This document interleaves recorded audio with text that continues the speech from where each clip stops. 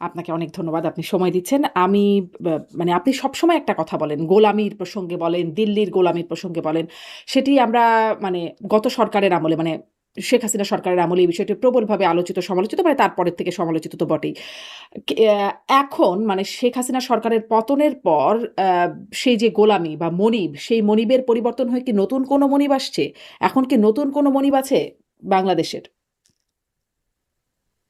প্রথম কথা হচ্ছে যে আপনার গরিব মানুষের অনেক মনিব। গরিব মানুষ যেই দালানে থাকে সেই দালানের বাড়িওয়ালা তার মনিব। গরিব মানুষ যেখানে চাকরি করে সেই চাকরির কোম্পানির মালিক তার মনিব। গরিব মানুষ যে রাস্তা দিয়ে হাঁটে সে রাস্তার দারোয়ান হচ্ছে তার মনিব। গরিব দেশ সবার অনেকগুলো আপনার টিপিক্যাল সমস্যা আছে।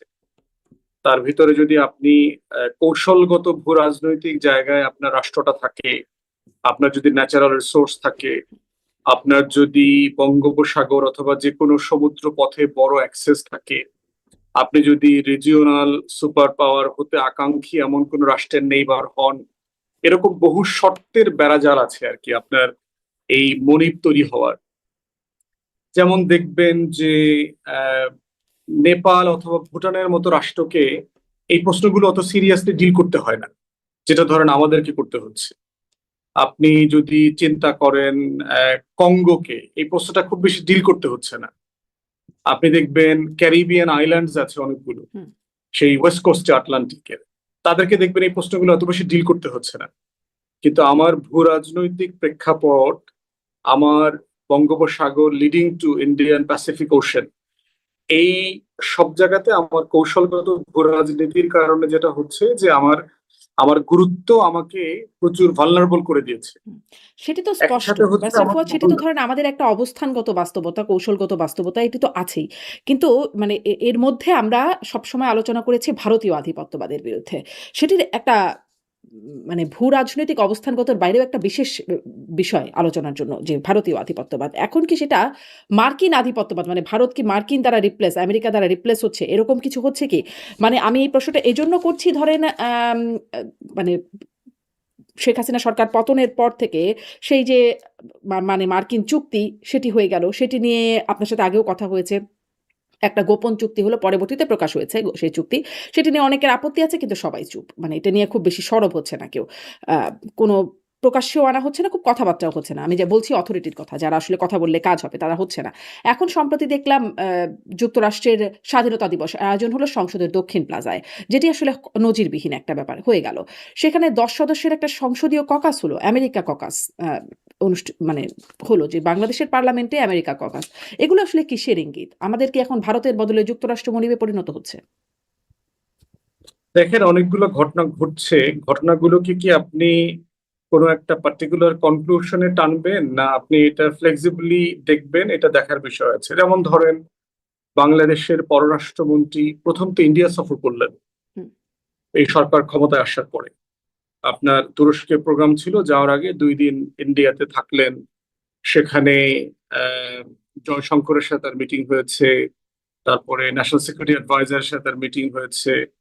তাহলে এইটাকে কি আমি সন্দেহ করব যে তাহলে কি আবার সরকার ভারতীয় বলয়ে চলে যাচ্ছে? এই সরকারের প্রথম প্রাইম মিনিস্টারের প্রথম অফিসিয়াল ট্যুরটা হচ্ছে মালয়েশিয়া, অথবা প্রক্সি যদি বলেন বেইজিং। তাহলে কি আমরা ধরে নেব যে এই সরকার শুরুতেই চায়নামুখী হয়ে যাচ্ছে? এই সরকারের সাথে আপনার তুরস্ক এসে, পাকিস্তান এসে সামরিক বিভিন্ন সরঞ্জাম চুক্তি কারখানা জয়েন্টলি করার ব্যাপারে আলাপ আলোচনা করছে।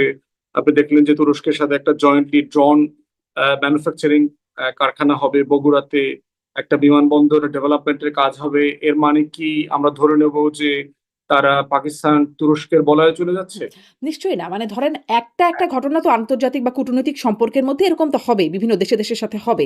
কিন্তু আসলে মানে এটার বিষয়ে বিশেষভাবে বলছি আমি ভারতীয় আধিপত্যবাদ যখন আমরা বলেছি, টানা অনেক কিছু একসাথে মিলিয়ে তারপরে আমরা চিন্তা করেছি। যেকোনো একটা ঘটনায় বলে ফেলিনি যে ভারতীয় আধিপত্যবাদ হচ্ছে কিনা। ফলে এখানেও এই প্রশ্নটা জাগে যখন মানে উপদেষ্টা পরিষদই জানলো না যে সেখানে একটা চুক্তি হয়ে যাচ্ছে। ক্যাবিনেটেও পর্যন্ত আলোচনা হলো না। মার্কিন চুক্তি হয়ে গেল এবং তখন সেটা গোপন চুক্তি হিসেবে আমরা জানতাম হয়ে গেল।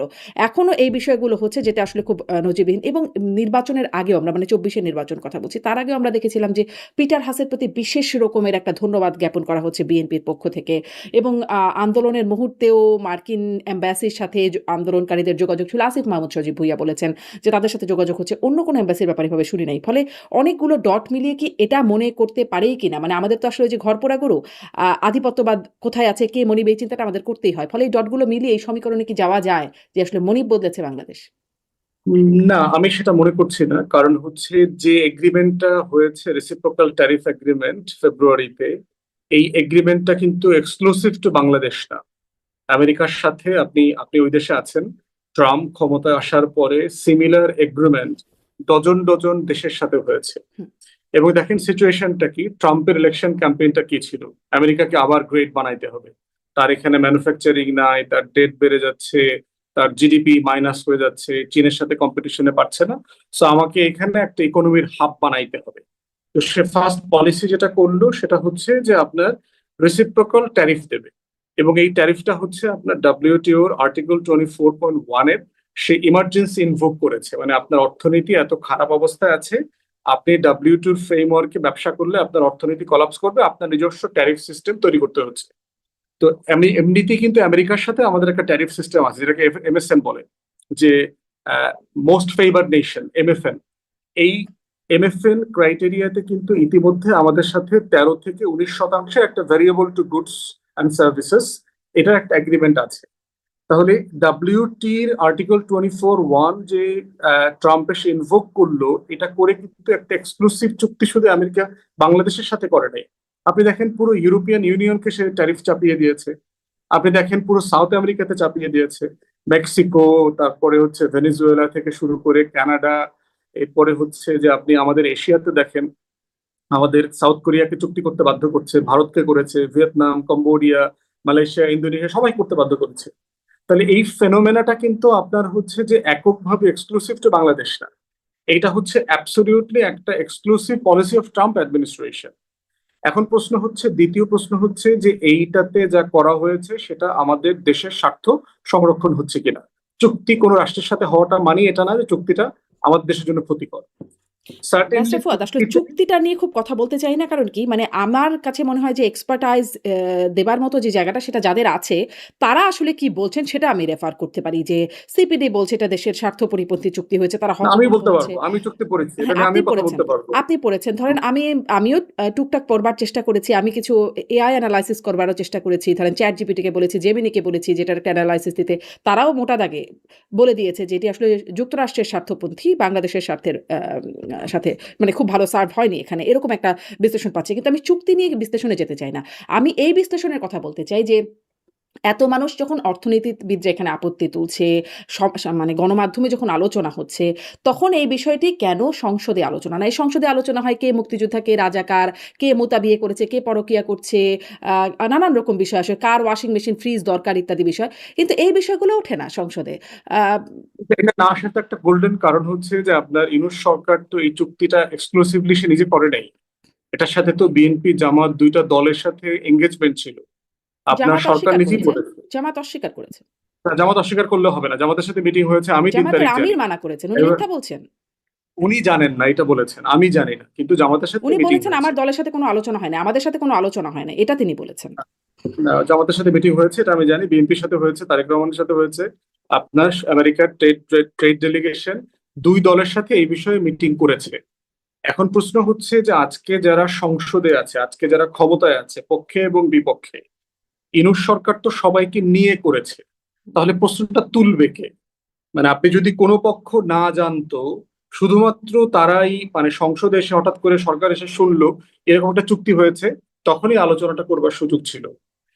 প্রশ্ন হচ্ছে গিভেন সার্কুমস্ট্যান্সেসে ট্রাম্প অথবা আমেরিকান অ্যাডমিনিস্ট্রেশন ইনুস সরকারকে যেটা দিয়েছে, চাপিয়ে দিয়েছে, অথবা আমাদের পক্ষ থেকে যে চুক্তি করতে হয়েছে, এর বিকল্প আসলে আমাদের হাতে ছিল কিনা? না, ছিল কিন্তু না। আপনার কাছে এটা একটু মানে আলোচনা বা সন্দেহজনক মনে হয় না যে সেই সময় উপদেষ্টা পরিষদ পররাষ্ট্র উপদেষ্টা যিনি ছিলেন, আমার গত শোতেই তার সাথে কথা হচ্ছিল আমার এই প্ল্যাটফর্মে। এর আগেও আমার শোতে ছাড়াও তিনি বিভিন্ন জায়গায় বলেছেন যে তিনি জানতেনও না যে এই সময়টা সেটা হচ্ছে। তার জানার কথা না, প্রয়োজন নাই, হ্যাঁ, প্রয়োজন নাই আপা, কিন্তু প্রয়োজন না নাই। এরকম একটা একটা চুক্তি হবে, বিষয় দেখেন, ক্যাবিনেটে আলোচনা তো হবে। না না, প্রয়োজন নাই, সব চুক্তির ব্যাপারে আলোচনা হওয়ার প্রয়োজন নাই। রেলেভেন্ট মিনিস্ট্রি জানে কিনা, ধরেন একটা চুক্তি যদি পিএমওর অফিস ডিল করে যে এইটা আমি সরাসরি ডিল করছি, রেলেভেন্ট মিনিস্ট্রিটা নিয়ে করছে, কমার্স মিনিস্টার তো জানে। হুম, এই কমার্স মিনিস্টারের সাথে তখন আপনার ন্যাশনাল সিকিউরিটি অ্যাডভাইজার যোগ হয়েছে, যেহেতু তিনি তারেক রহমান অ্যাটলিস্ট জানে যে এই লোকটা আমার ক্যাবিনেটের ফিউচার ফরেন মিনিস্টার, তাকে ইনভলভ করা হয়েছে। তো দুজনে মিলে যেটা জানার কথা সেটা জানে। সব চুক্তি তো আপনার ক্যাবিনেটে আলোচনা হওয়ার কালচার বাংলাদেশের নাই, কিন্তু এটা এটারই না হয় আমরা না। সমালোচনা করেছিলাম, এটারই না বিরোধিতা। হ্যাঁ নিঃসন্দেহে, হ্যাঁ নিঃসন্দেহে সমালোচনা করবার সুযোগ আছে যে আপনার ক্যাবিনেটে সবকিছু, কারণ এটা তো আপনার লোকাল বাজেটারি বিষয় না যে আপনি একটা একনেকে এটা উঠাইতে হবে, তারপরে কাউন্সিল অফ মিনিস্টার্সে অথবা অ্যাডভাইজারে এই টপিকটা উঠাইতে হবে, উঠায় পাশ করতে হবে, এই বাধ্যবাধকতা নাই। প্রশ্ন হচ্ছে আপনি এটা যদি কাউন্সিল অফ অ্যাডভাইজার এটা উঠতো ধরেন, তাহলে কি এটা পাশ হইতো না? বিষয়টা কি তাই? যা হওয়ার তাই হইতো। প্রশ্ন হচ্ছে যে গিভেন টাইমে ইউনূস সরকারের সামনে এর থেকে বেটার অপশন ছিল কিনা, আমি মনে করি ছিল না। এখন প্রশ্ন হচ্ছে সারা দুনিয়াতে যে চুক্তিগুলো চাপিয়ে দিয়েছে আমেরিকান অ্যাডমিনিস্ট্রেশন, আমাদেরকে এখন অ্যাসেস করতে হবে এইটা থেকে আমরা কিভাবে আমাদের ন্যাশনাল ইন্টারেস্ট সেফগার্ড করে আমরা কিন্তু এটাকে কোনো রিভাইজ করব জবাবদিহিতা নাই যে অথবা এই এক্সিট করব। সরকারের, সেই সরকার তো ওয়েট করতে পারতো। মানে পররাষ্ট্র উপদেষ্টাও আমাকে বলছিলেন যে তারা আসলে তিনিও মনে করেন যে তারা অপেক্ষা করতে পারতো, নির্বাচিত সরকারে সেটা করতে পারতো। না, এটা এক পক্ষ পারতো না, অন্তর্বর্তীকালীন সরকার চেষ্টা করেছে, এটা আমেরিকা বলে দিয়েছে এই চুক্তি করতে হবে, যেহেতু দুইটা বড় দল, সেটা আপনি তারাই তো জানেন, ক্ষমতায় আসবে। উপদেষ্টারা জানেন না কেন? মানে আপনি জানছেন, উপদেষ্টারা কেন আমি জানছেন? আমি আমি খবর নিয়েছি, ওনারা ওনারা খবর নেওয়ার চেষ্টা করতেছে না, হয়তো অথবা জানে আপনাকে বলছেন না। আমি তো জানার চেষ্টা করেছি, আমি তো ওনাদেরকে জিজ্ঞেস করেছি যে এটা আপনারা পিছানোর চেষ্টা করেছেন কিনা। চেষ্টা করেছে, আর ব্যাপারটা তো এরকম না যে আপনার এটা পরিকল্পিতভাবে 9 তারিখে চুক্তিটা করা হয়েছে। চুক্তির আলোচনা তো 1 বছরের উপরের সময় থেকে এটা চলছে, তখন চলমান। তো গোপন ছিল, গোপন চুক্তি এনডিএর অধীনে। না, চুক্তির আলোচনা তো আপনার সবসময় প্রাইমারি লেভেলে তো কনফিডেন্সিয়াল থাকবে, এটা তো খুবই নর্মাল। প্রাইমারি লেভেলে তো আমাকে আপনাকে এটা বলবে না রাষ্ট্র। রাষ্ট্র সরকারের উপরে আমরা এই জন্যই তো ভোটের আয়োজন কেন করি, যে আমরা আস্থা রাখতে চাই যে কিছু মানুষ আমার স্বার্থকে সবসময় রক্ষা করবে, সেফগার্ড করবে। অতএব আমি এটা মনে করি যে আমি টোটালটা চিত্রটা বোঝার পরে আমার কাছে মনে হয়েছে গিভেন সার্কামস্ট্যান্সেসে স্থিতিশীলতার স্বার্থে একটা নির্বাচিত সরকারের কাছে শান্তিপূর্ণভাবে ক্ষমতা হস্তান্তরের স্বার্থে এর কোনো বিকল্প তখন সরকারের কাছে ছিল না। That was the best available option. মানে এখন শান্তিপূর্ণ হস্তান্তরের জন্য মার্কিন চুক্তির সাথে সম্পর্ক কি? সম্পর্ক হচ্ছে আমেরিকার, আপনার তো নির্বাচনকে তো অ্যাকনলেজ করতে হবে যে বাংলাদেশে ফ্রি ফেয়ার ইলেকশন হয়েছে। আচ্ছা, এটা আপনি চিন্তা অ্যাকনলেজ করে দেখেন, করানোর জন্য এই চুক্তি?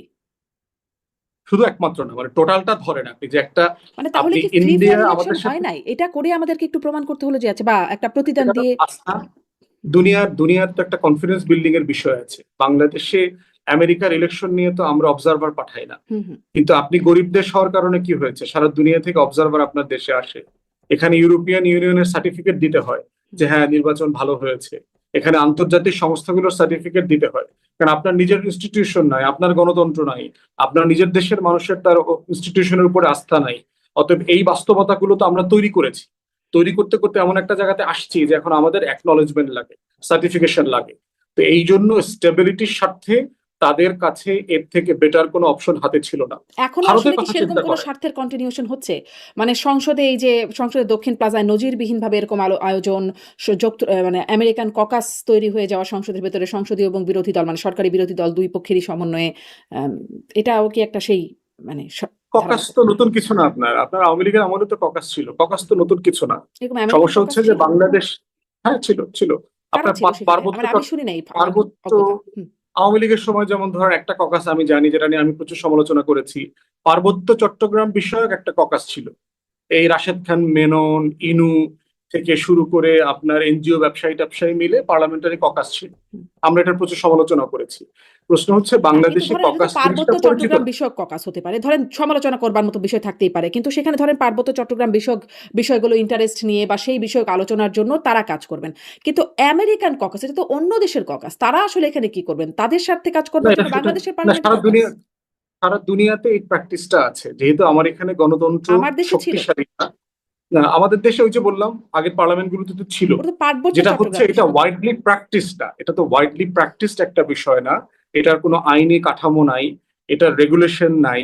এইগুলো না করে ককাস করাটা ঠিক হয়েছে কিনা এই প্রশ্নটা রেজ করবার সুযোগ আছে। হুম কিন্তু ককাস করা যাবে না, অথবা কোনো দেশ হুম হুম ওপেনলি তার দেশের হয়ে লবি করতে প্রতিষ্ঠান করতে পারবে না, ব্যাপারটা এরকম না। করতে পারবে, কিন্তু আপনি এটাকে আইনি কাঠামো না দিয়ে কমিটি করাটা ঠিক হয়েছে কিনা এই প্রশ্নটা রেজ করতে পারেন।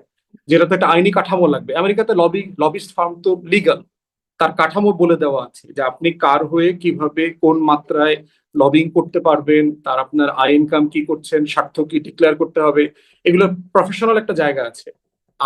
আমার যেটা আশ্চর্য লেগেছে সেটা হচ্ছে আইনি ফ্রেমওয়ার্ক তৈরি করা ছাড়াই এরকম ককাস করাটা ঠিক হয়েছে কিনা, এটা হচ্ছে আমার জায়গা থেকে। কিন্তু ককাস করাটা যাবে না, করাটা অন্যায় হয়েছে তেমনটা আমি মনে করি না। আমেরিকার স্বাধীনতা দিবস হুম আপনার প্রতি বছরই পালিত হয়, নতুন কিছু না। সেটা দুইশো অ্যাম্বাসিতে হয়। পঞ্চাশ বছরের দিবস, 250 বছরটা কিন্তু দেখবেন তারা সারা দুনিয়াতেই একটু ভিন্নভাবে পালন করছে। আমেরিকাতে শুধু না, আমেরিকার সারা দুনিয়াতেই করছে। দ্বিতীয়ত হচ্ছে দেখবেন যে ট্রাম্প আসার কারণে যেটা হয়েছে ক্ষমতায়, সারা দুনিয়ার আমেরিকার ইনফ্লুয়েন্স, আমেরিকার ব্যাপারে মানুষের যে ধারণা ডিমিনিশ করেছে। আমাকে এখানে একজন ডিপ্লোম্যাট বলেছে যে পরিকল্পিতভাবেই তারা আমেরিকার ভাবমূর্তি উদ্ধার করবার জন্য এই কাজগুলো করছে। কারণ ট্রাম্পের কারণে সারা দুনিয়াতে টোটাল ডিপ্লোম্যাটিক রিলেশনশিপ ব্রেকডাউন করেছে, আইপিএস শেলফড হয়ে গেছে। এইসব কারণে তারা বোধ করছে তারা একটু বড় আকারে এটা করে এই রিলেশনশিপটার জানান দিতে। এখন এইটাকে আমি মোটা দাগে কোনো সন্দেহ চোখে দেখি না। বিষয় হচ্ছে আপনি আমার ন্যাশনাল ইন্টারেস্ট মানে আপনি পার্বত্য কিভাবে চট্টগ্রাম প্রোটেক্ট বিষয়ক করেন। ককাসকে সন্দেহের চোখে বা প্রচুর সমালোচনা করলেন, কিন্তু আমেরিকান ককাসকে সন্দেহের চোখে বা সমালোচনা করবেন না। কারণ হচ্ছে ইস্যুটা হলো সভরেন্টির কোশ্চেন। হুম চিটাগং হিল ট্রাক্সের কোশ্চেন হচ্ছে আমার সভরেন্টির কোশ্চেন। এই জায়গাটাতে গত 4 দশক ধরে গৃহযুদ্ধ চলছে। এখানকে এটা কেটে নিয়ে আলাদা রাষ্ট্র করা, দেশ বানানো, এগুলো চলছে। বিভিন্ন উপজাতিরা ভারত থেকে, বার্মা থেকে অস্ত্র নিয়ে, টাকা নিয়ে, প্রশিক্ষণ নিয়ে এখানে অস্থিরতা তৈরি করছে। অতএব সেটা তো একদম সরাসরি আমার টেরিটোরিয়াল ইন্টিগ্রিটির কোশ্চেন। হুম। এটাকে অবশ্যই প্রশ্ন করতে হবে। দ্বিতীয়ত মানে ফলে যারা সেটা করেছেন নিয়ে তারা তো একটা বিশেষ ইলেক্টেড ছিল কমিটি না। তো থাকতেই পারে, মানে সেটা নিয়ে কাজ করা, সেখানকার স্বার্থ বা বিনষ্ট হচ্ছে কিনা এটা দেখার জন্য একটা ককাস না, থাকতেই পারে। ককাস তো অন্য জিনিস। হ্যাঁ ককাস কিন্তু তো অন্য জিনিস, স্ট্যান্ডিং কমিটি না। হ্যাঁ ককাস তো হচ্ছে অন্য কারো জন্য হয়ে সে লবি করবে। ককাস জিনিসটা তো হচ্ছে হুম। অন্য কারো হয়ে সে কার জন্য সে কাজ করবে, এবং তার সে পাবলিক ইন্টারেস্টটা সে এক্সপোজ করবে, বলবে। তো ওখানে কার এখন কার স্বার্থে কাজ করছিল, মানে পার্বত্য আদিবাসীদের জন্য, আদিবাসীদের অধিকার রক্ষা করার প্রশ্ন, আদিবাসীদের জন্য আলাদা হোমল্যান্ড তৈরি করা, শান্তি চুক্তি বাস্তবায়ন করা, যারা বাঙালি সেটলার আছে তাদেরকে এখান থেকে উজ্জ করা, পুরো জমিটা তাদেরকে দিয়ে দেওয়া, এই যে ফ্রেম আছে, এই পুরো ফ্রেমটা তো আমার সংবিধান এবং সার্বভৌমত্বের সাথে পরিপন্থী। এখন আর প্রশ্ন হচ্ছে আমার সংসদ সদস্যরা তারা আমেরিকার স্বার্থে সংসদে বসে কাজ করবেন, মানে তাদের স্বার্থ রক্ষার্থে, এটি প্রশ্ন, মানে এটি ঝামেলাজনক না, সবরেন্টির কোশ্চেন না? না, এই প্রশ্ন হচ্ছে যে এই যে ফ্রেমওয়ার্কটা থাকলে সমস্যা হতো না। ফ্রেমওয়ার্ক যে নাই এই জন্য এটা প্রশ্ন হচ্ছে যে তাদের কাজের এখতিয়ার কতটুকু, এটা কোনো আমাদের আইনে বলে দেয়া নাই, তারা কিন্তু ওই আসলে যে কি আপনি করতে বলছিলেন পারবে, ককাস হচ্ছে করতে তাদের পারবে। স্বার্থে কাজ করা, মানে ককাস তো স্থায়ী কমিটি না এটা। লবি করবে করতেই পারে। আপনার লবি কি আমেরিকানরা ব্যাকডোর ডিপ্লোমেসি করছে না? করছে তো। কে করছে না? হ্যাঁ কিন্তু আপনারা এরকম আপনার প্রত্যেক প্রকাশ্যে দেশে, আমাদের দেশের সংসদ সদস্যরা তাদের আমেরিকান লবি করবে, এজন্য আমার দেশের সংসদে ককাস তৈরি হলো, নজিরবিহীন না, ব্যাপার আমার নিঃসন্দেহে দেশে। এটা হচ্ছে যে আমাদের কাছে যেহেতু এটা প্র্যাকটিস না, হুম এই জন্য আমাদের কাছে এটা গুরুত্বপূর্ণ মনে হচ্ছে। আমরা এটার সাথে অভ্যস্ত না স্যার। আবার ইমিডিয়েটলি আপনার বেইজিং থেকে সফর করে আসছেন। আমেরিকার তো একটা টেন্স সিচুয়েশন আছে যে ভারতের কারণে ইতিমধ্যে আমাদের রিজিয়নে আমাদের চায়নার সাথে ক্লোজনেস বাড়তেছে। এই জায়গাটাতে তো অবশ্যই আমেরিকার এখানে টেনশন আছে, সিরিয়াস তার স্বার্থের সংঘাত তৈরি হওয়ার ব্যাপার আছে। তো সেই জায়গাতে আমি বোধ করছি যে এটা এক্সক্লুসিভলি কোনো মেসেজ দিচ্ছে, ব্যাপারটা এরকম না। আমি বোধ করতেছি যে আমাদেরকে ককাসের ব্যাপারে সিরিয়াস পরিচ্ছন্ন বক্তব্য আসতে হবে ককাসের কাছ থেকে, হুম যে তারা কোন ফ্রেমওয়ার্কে তৈরি হয়েছেন, তাদের মানে রুলস অফ বিজনেসটা কি, তাদের এঙ্গেজমেন্টের জুরিসডিকশন কি, তারা কি করবেন কি করবেন না, কি করতে পারবেন পারবেন না, এই প্রত্যেকটা বিষয়ে জাতির কাছে পরিচ্ছন্ন বক্তব্য আসতে হবে, এই যেহেতু এটা ক্রস পরিচ্ছন্ন পার্টি বক্তব্যটা হয়েছে। তো আসলে কোথা থেকেও আসে না। যখনই সন্দেহের উদ্রেক হয় তখনই দেখা যায় মানে ধরেন এই পরিচ্ছন্ন মানে বিদেশি সংশ্লিষ্টতা, তাদের প্রভাব ইত্যাদি নিয়ে কথা বললেই ওই ডিপ স্টেটের নামটা চলে আসে যেটি নিয়ে মানে গত সরকার অন্তর্বর্তী সরকারের উপদেষ্টারা বলেছেন, আসিফ মাহমুদ সজীব ভুঁইয়া বলেছেন বা নাসিরউদ্দিন পাটোয়ারির মতো রাজনীতিক তারা বলেছেন যে তারা মানে এই ডিপ স্টেট, এস্টাবলিশমেন্ট ইত্যাদি নানান রকম শব্দ ব্যবহার করে তাদের কথা বলেছেন। কিন্তু কেউ তো আসলে কখনো পরিষ্কার করে নাই। আপনার সাথেও মনে হয় একটা অনুষ্ঠানে আমার কথা হচ্ছিল। আপনিও তখন নাম বলেন নাই। কিন্তু সবাই দেখেন তাদের, কিন্তু কেউ পরিষ্কার করেন না। আবার এটা কি স্বার্থে হলো সেটাও পরিষ্কার করেন না। এই অপরিচ্ছন্ন জায়গাটা কেন? আপনি কি এখন বলবেন যে আসলে আপনার তো অনেক মহলে আলোচনা হয়। কি আছে আসলে এই ডিপ স্টেটের পেছনে? এখানেও ডিপ স্টেট কিনা? না, আমার কাছে মনে হচ্ছে সিম্পলি আমেরিকা এখন যেটা চাচ্ছে সেটা হচ্ছে গত 1/11 সরকারের আগে থেকে আপনার বাংলাদেশকে তারা মোটামুটি দিল্লির কাছে ফ্রাঞ্চাইজ করে দিয়েছিল। দেখবেন একটা কথা প্রায় আসে যে দিল্লির চোখ দিয়ে আমরা সিদ্ধান্ত নেব, আমরা দেখব। দিল্লির সিকিউরিটি কনসার্নই আমার সিকিউরিটি কনসার্ন। দিল্লির সিকিউরিটি কনসার্নকে এনশিওর না করে আমি এখানে কোনো পলিসি ইনিশিয়েটিভ নেব না। অতএব সেই জায়গাতে এখন একটা বিষয় আমাদের কাছে পরিষ্কার, 24-এর গণ অভ্যুত্থানের পরে তার এই পলিসি পজিশন পরিবর্তন হয়েছে। কারণ দিল্লিকে দেওয়ার কারণে যেটা হয়েছে, বাংলাদেশে ভারত বিরোধিতা, বাংলাদেশে আমেরিকার ব্যাপারে নেতিবাচকতা আগের থেকে বেড়ে গেছে। বাংলাদেশকে যেখানে চায়না থেকে দূরে রাখবার দায়িত্ব ছিল দিল্লির, বাংলাদেশ চায়নার আরো কাছাকাছি চলে গেছে। অতএব সেই জায়গাতে আমেরিকা এখন ওয়াশিংটন মনে করছে যে এই দায়িত্বটা এখন আমাকে সরাসরি পালন করতে হবে। যে বাংলাদেশে যে আমরা একটা লুজিং গ্রাউন্ডে আছি, এরকম একটা গুরুত্বপূর্ণ স্ট্র্যাটেজিক লোকেশনে, যেখানে আপনার এই চায়নাকে অ্যাক্সেস দেওয়ার প্রশ্ন আছে, আরাকান থেকে শুরু করে আমাদের বঙ্গোপসাগরে আইপিএস এর ইস্যুজ আছে, বার্মা একটা আছে, এরকম একটা জায়গায় তারা বোধ করছে তারা সরাসরি এখন এঙ্গেজ হইতে চায় তাদের নিজ দায়িত্বে। এবং এর বাইরে আমি মোটা দাগে আমেরিকা যেটা আগে চাচ্ছে এর বাইরে নতুন কোনো ইন্টারেস্ট তার এখানে তৈরি হয়েছে বলে আমরা মনে করছি না। আপনি ইতিমধ্যে দেখেছেন যে ট্রেড এগ্রিমেন্ট সারা দুনিয়ার সাথে সে করেছে। আমাদের সাথে তো ট্রেডের কত আপনার ভলিউম হচ্ছে $8 বিলিয়ন। আমরা আমরা $6 বিলিয়ন সারপ্লাস আছি। এটা অ্যাডজাস্টমেন্টের জন্য তারা এই চুক্তিটা করতে চেয়েছে। আমেরিকার কি ট্রেডে আসলে খুব বেশি লাভ হয়েছে? আমি গতকালকে মাত্র রিপোর্ট পড়ছিলাম, রেসিপ্রোকাল ট্রেড এগ্রিমেন্টের কারণে গত 3-4 মাসে আমেরিকার ট্রেড প্রায় $400 বিলিয়ন কমে গেছে। কারণ আপনি যখন রেসিপ্রোকাল ট্রেড ট্যারিফ চাপায় দিয়েছেন, আমি তো আপনার দেশে মাল কেনা বেচা করা বন্ধ করে দিয়েছি, কারণ আমার খরচে পোষাচ্ছে না। অতএব এইটা একটা ফাংশনাল প্রপোজিশন না। এখন সেই জায়গাতে আমেরিকা তার স্বার্থ কিভাবে সংরক্ষণ করবে সেটার জন্য তারা হয়তো চেষ্টা করতে পারে। বাট আমার বক্তব্য এটাই, যেটা আমি বলেছি সেটা হচ্ছে যে ককাসের আইডিয়াটা যেহেতু বাংলাদেশের অধিকাংশ মানুষের কাছে একদম নতুন আইডিয়া, সরকারের কাছ থেকে পার্টিকুলারলি পার্লামেন্টের কাছ থেকে একটা পরিষ্কার বক্তব্য আসতে হবে জি। যে এটার মানেটা কি পরিষ্কার বক্তব্য এবং তার দেখি কাকে না, ইভেন এখতিয়ার কি। মূলধারার যে গণমাধ্যম সেখানেও খুব বিষয়টা যে আলোচনা হয়েছে বা খবরেও এসেছে আমি সেরকমটাও দেখছিলাম। আমি খুঁজছিলাম যে কোথায় গেলে একটু বিস্তারিত জানতে পারবো, কিছু আছে কিনা যেটা আমি দেখতে পাচ্ছি না। কিন্তু আমি আসলে খুব পাচ্ছিলাম না। ফলে এই যে মানে পরিষ্কার না করার জায়গাটা, তখনই মনে ভালো পড়ে। হবে আপা, ভালো হবে আপনি যদি নিজেই ককাসের সদস্য যারা আছেন তাদের 1-2 জনকে, দুই পার্টি থেকে 2 জনকে নিয়ে একটু একটা শো করেন। তাদের কাছ থেকে আপনার সরাসরি শোনা আমি দরকার যে নিশ্চয়ই চেষ্টা আসলে করব। তারা কি করতে জি, চাচ্ছে, আপনি ভালো আপনাদের পরামর্শ কাজের বলেছেন। এখতিয়ার কি, আমি নিশ্চয়ই এই বিষয়ে আপনাদের দেশের আইন এটা কাভার করে কিনা, আপনি যেটা করলেন এটা আপনি পার্লামেন্টে এখতিয়ার নিয়েছেন কিনা, স্পিকারকে জানিয়েছেন কিনা, হুম, এই বিষয়গুলো আমাদেরও পরিষ্কার হওয়া হুম, দরকার। একই প্রশ্ন আমাদেরও আছে। জি।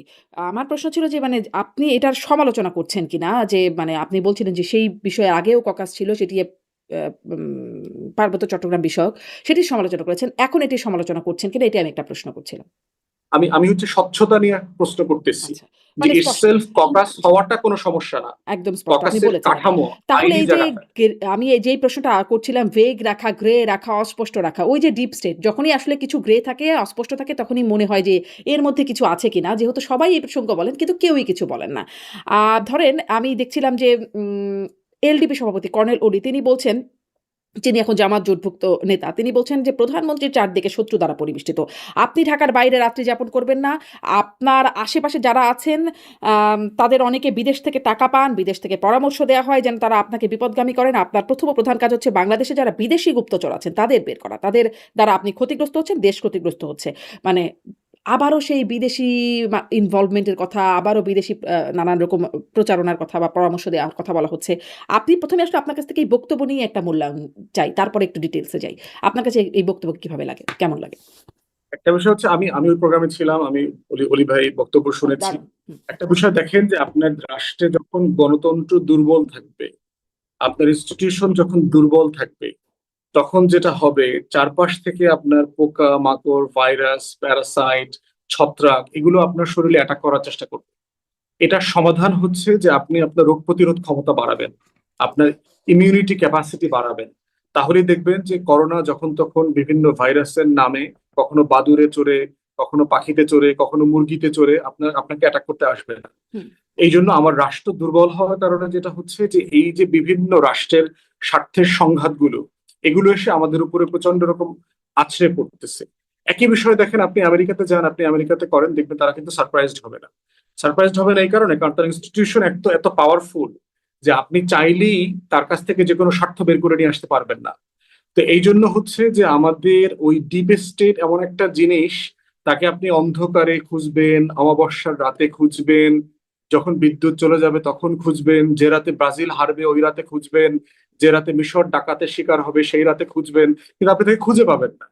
তো এই জন্য এটার সমাধান হচ্ছে রাষ্ট্রকে স্ট্রেনথেন করা, গণতন্ত্র কিন্তু জবাবদিহিতা আপনারা যারা বাড়ানো। চেনেন দেখেছেন তারা বলেন না কেন যে কারা সেই ডিপ স্টেট? এটাকে তো আপনি শুধু নাম আকারে আপনি মানে ইনক্লুড করতে পারবেন না, নাম আকারে এক্সপোজ করতে পারবেন না। এটা হচ্ছে ক্ষমতার ভরকেন্দ্রের জায়গা, যে এক না, একজন আমি এক এক ধরেন সময় স্বাভাবিকভাবে ক্ষমতাটা রাখবে। সহজভাবে বোঝার যদি চেষ্টা করি। আপনি যদি এমন কিছু বলেন, আপনি বললেন আপনাকে আমি ক্ষমতায় বসাবো, আপনি ৫ বছর ক্ষমতায় থাকবেন। এই কথাগুলো যদি আপনি বলেন, আমি তো আপনাকে চিনি যে আপনি এই কথাগুলো বলেছিলেন। ফলে যখন আমি ডিপ স্টেট বলব, আমি জানবো যে ডিপ স্টেটের মধ্যে আপনি আছেন। মানে এটা তো একটা স্বাভাবিকভাবে চেনা জানার উপায়। তো আপনারা কেন সেটি নাম আকারে বুঝতে পারেন না, চিনতে পারেন না? বা আমি বলছি আসিফ মাহমুদরা পারছেন না? অবশ্যই চিনতে পারতেছে, অবশ্যই নাম জানে তার, সে কোথায় বিলং করে সেটা জানে।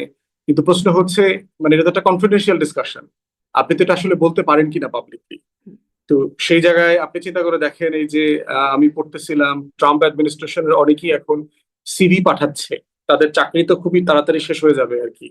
এখন তারা বিভিন্ন ইনস্টিটিউশন ইউনিভার্সিটি বিভিন্ন ফার্ম টার্মে থিঙ্ক ট্যাঙ্কে সিভি পাঠাচ্ছে চাকরির জন্য। আগামী দিনগুলোতে তারা কি করবে? তো এই বাস্তবতা তো ক্ষমতার জায়গা থেকে মাথায় রেখে করতে হয়। আপনি তখন কি করবেন? মানে আপনি চাইলেই কি একটা জিনিস এক্সপোজ করতে পারবেন কিনা?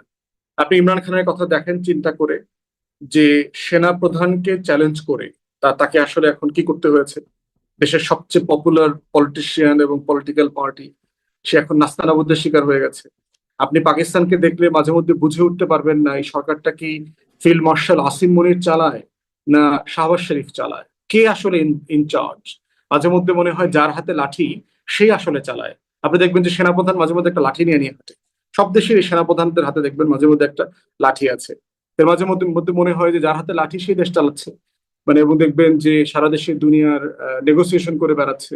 ইরান ইস্যু দিয়ে ডিল করলো, এখন ট্রাম্প তাকে লিবিয়াতে পাঠিয়েছে। লিবিয়াতে দেখবেন হুম। যে ওখানকার রেবেল লিডারের সাথে মিটিং হচ্ছে। তো এখন প্রশ্ন হচ্ছে, আপনি এক্সপোজ করে দিয়ে আপনি সার্ভাইভ করতে পারবেন কিনা, আপনার সেই জায়গাটাও মাথায় রাখতে হবে। এই জন্য হচ্ছে যে ওইটা আলোচনা না করে হচ্ছে আমাদেরকে তর্কটা তুলতে হবে, ট্রান্সপারেন্সির তর্ক, গণতন্ত্রের তর্ক, তাকে জবাবদিহিতার তর্ক। এবং এইটা যদি গণমাধ্যমের মাধ্যমে আমরা রেগুলার করতে পারি, তাহলে দেখবেন যত বেশি প্রতিষ্ঠান শক্তিশালী হবে, জবাবদিহিতা বাড়বে, তত বেশি এই প্রশ্ন সন্দেহের জায়গাটা কমে যাবে। জি, খুবই মানে ভয়ংকর কথা। ডিপ স্টেটকে এক্সপোজ করলেও সারভাইভ করা ঝামেলা। ফলে ডিপ স্টেট আমাদের দিয়ে কত কিছু করিয়ে নিতে পারে।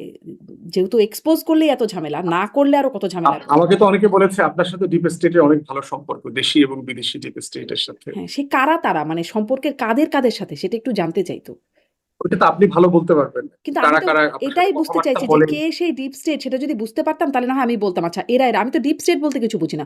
অনেক দেশি বিদেশি মানুষের সাথে তো সম্পর্ক কার না থাকে, সবারই থাকে দেশি বিদেশি। এখন তার ওই যে মধ্যে মাঝে কে মধ্যে ডিপ যাদের স্টেট? সাথে চা টা, মাঝে মধ্যে যারা চা কফি খাওয়ায় টাওয়ায়, ফোনে কথাবার্তা বলে টলে, একটা দুইটা পরামর্শ দেয়, শুনতে ভাল লাগে, এরকম দেখবেন যে অনেকেই হয়তো এরকম ডিপ স্টেট তো হয়ে আছে এরকম পরামর্শ মাঝখানে। তো আপনিও দেন। আপনিও কি ডিপ স্টেট নাকি? বা না, দেশে আমি গেলে তো আপনিও গরিব চা মানুষ, খাওয়ান না?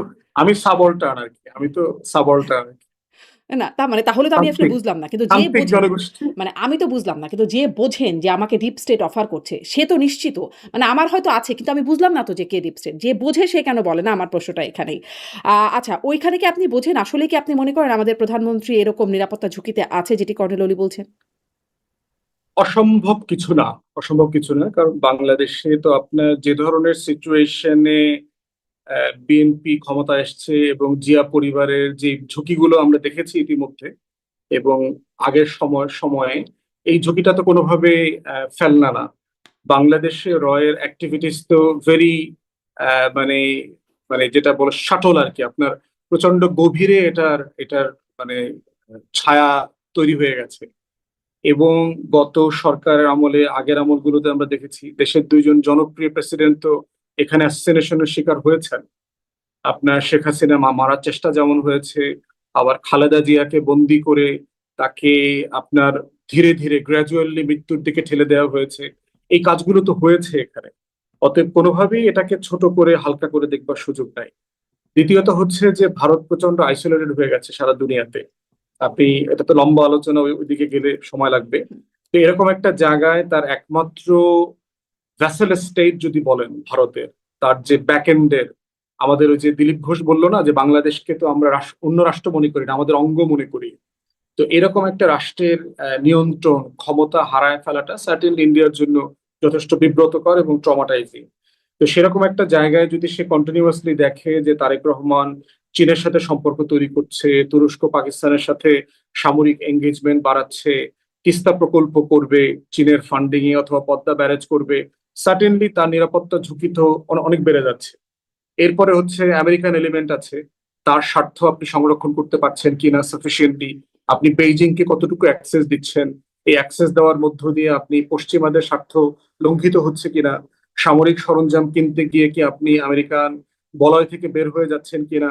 অতএব এখানে তো অনেকগুলো শক্তির একটা কম্পিটিং ব্যাটল গ্রাউন্ড আছে। অতএব সেই জায়গাতে যদি আপনি মানে ভালোভাবে খেলতে না পারেন, এর ভিতরে আছে হচ্ছে আপনার মানে গুপ্ত আওয়ামী লীগ, সামরিক বেসামরিক ব্যুরোক্রেসির ভিতরে, যারা দিন রাত সরকারকে ফেল করবার জন্য অবশ্যই চেষ্টা করবে তাদের সর্বোচ্চ শক্তি দিয়ে। আপনি কদিন আগে আপনি নিউজে দেখলাম যে আমাদের 5-6 জন ডিজিএফআই চিফ এখন ইন্ডিয়াতে পালিয়েছে। হুম।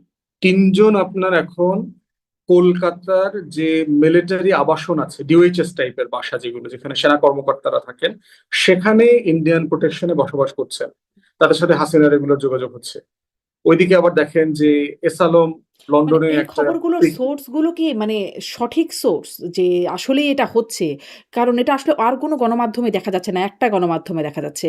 আ এটা এটা এটা সোর্স আপনি কিভাবে কনফার্ম করবেন? জানি মানে না। যতটুকু আসছে, হুম। যতটুকু আসছে মানে এর বাইরে আপনি আর কিভাবে কনফার্ম করবেন? কাদের সাথে কথা মানে হয়েছে? তো মানে সেই মেজর জেনারেলদের সাথে কথা হয়েছে যারাদের বিষয়ে বলা হচ্ছে বা যারা আসলে তাদেরকে আশ্রয় দিচ্ছেন, সেনানিবাসের কথা বলছেন, তাদের সাথে কারো সাথে কথা হচ্ছে যে তারা আসছিল? সেটা তো আপনার ওই রিপোর্টারকে, সেটা তো আপনাকে ওই রিপোর্টারকে ইন্টারভিউ করতে হবে। আমি তো আপনাকে শুধু রিপোর্ট পর্যন্ত রেফার করতে পারবো। এবং যেহেতু বাংলাদেশের সেনা কর্মকর্তাদের যারা পালিয়েছে একটা বড় অংশ ভারতে হুম, পালিয়েছে এবং হাসিনা ভারতে পালিয়েছে, সন্দেহ করবার তো যথেষ্ট অবকাশ আছে। তাদেরকে প্রোটেকশন দেওয়া, ভিসা ফ্রি করে তাদেরকে থাকা খাওয়ার বন্দোবস্ত করা।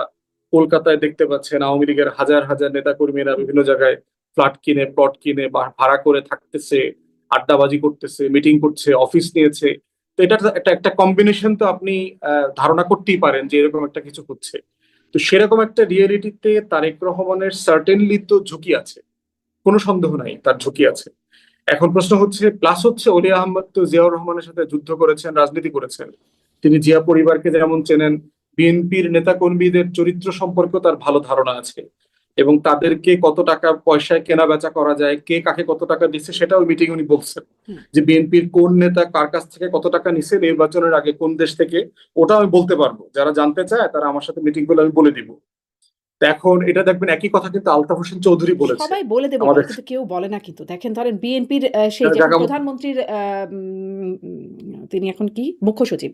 তিনিও নির্বাচনের আগে অন্তর্বর্তী সরকারের সময় বলেছেন ৮ জন উপদেষ্টার বিরুদ্ধে সুনির্দিষ্ট দুর্নীতির অভিযোগ আছে তার কাছে। মানে প্রমাণ আছে।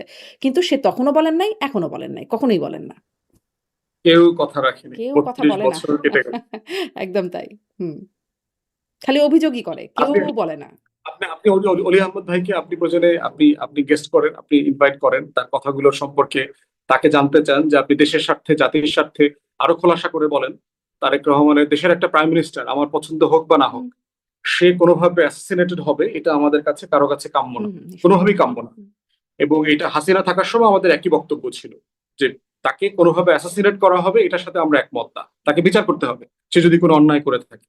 অতএব সে জায়গায় অলি আহমদকে আপনি জিজ্ঞেস করেন যে আপনি দেশের সাথে কথা বলেন, আপনার তো আর হারানোর কিছু নাই, আপনার বয়স হয়ে গেছে, আপনি জীবনে এই দেশ থেকে অনেক কিছু পেয়েছেন, হুম। যুদ্ধ, খেতাব, এমপি, মন্ত্রিত্ব, আপনার তো আর কিছু নাই হারানোর। অতএব দেশের জন্য আপনি সত্য কথা বলে যান। জি, ভালো আলতাফ পরামর্শ। হোসেন আবারও একটা চৌধুরী নিশ্চয়ই দেখবেন, আমি চেষ্টা করব এবং তাকেও পেতে। সাবেক স্বরাষ্ট্রমন্ত্রী হ্যাঁ। উনি একই কথা বলেছেন।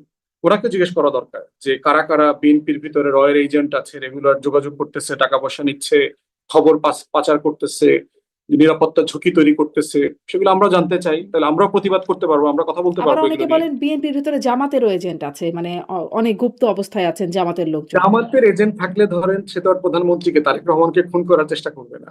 সে সর্বোচ্চ হয়তো একটা দুইটা পদে টদে থাকার চেষ্টা করতে পারবে। জামাত এজেন্ট থেকে কি করতে পারবে? হয়তো সে একটা আমলা হইতে চেষ্টা করবে, একটু ডিসিএসপি হইতে চেষ্টা করবে, না, সে একটা তো ভালো প্রমোশন ব্যক্তিগত টমোশন পাওয়ার ব্যক্তিগত চেষ্টা করবে। অ্যাচিভমেন্ট না নিয়েও সে তো অন্যভাবেও কোনো অ্যাচিভমেন্ট চাইতে পারে, ক্ষমতা আর কি চাইতে পারে। অ্যাচিভমেন্ট করবে? আর কি ক্ষমতা চাইবে? মানে ধরেন আমি জাস্ট বলছি হাইপোথেটিক্যালি সে জামাতের ক্ষমতা না, চাইতে পারে যে প্র্যাকটিক্যালি জামাত। নাই, মানে হুম, ক্যাপাসিটির জায়গা থাকতে হবে তো। যেমন ধরেন আমি যেখানে থাকি, আমি আপনার সর্বোচ্চ কি ক্ষতি করতে পারবো? আমি ফেসবুকে আপনার সম্পর্কে একটা বাজে স্ট্যাটাস দিতে পারবো, হুম, এর বাইরে আসলে আমি আপনার কোনো ক্ষতি করার সামর্থ্য রাখি?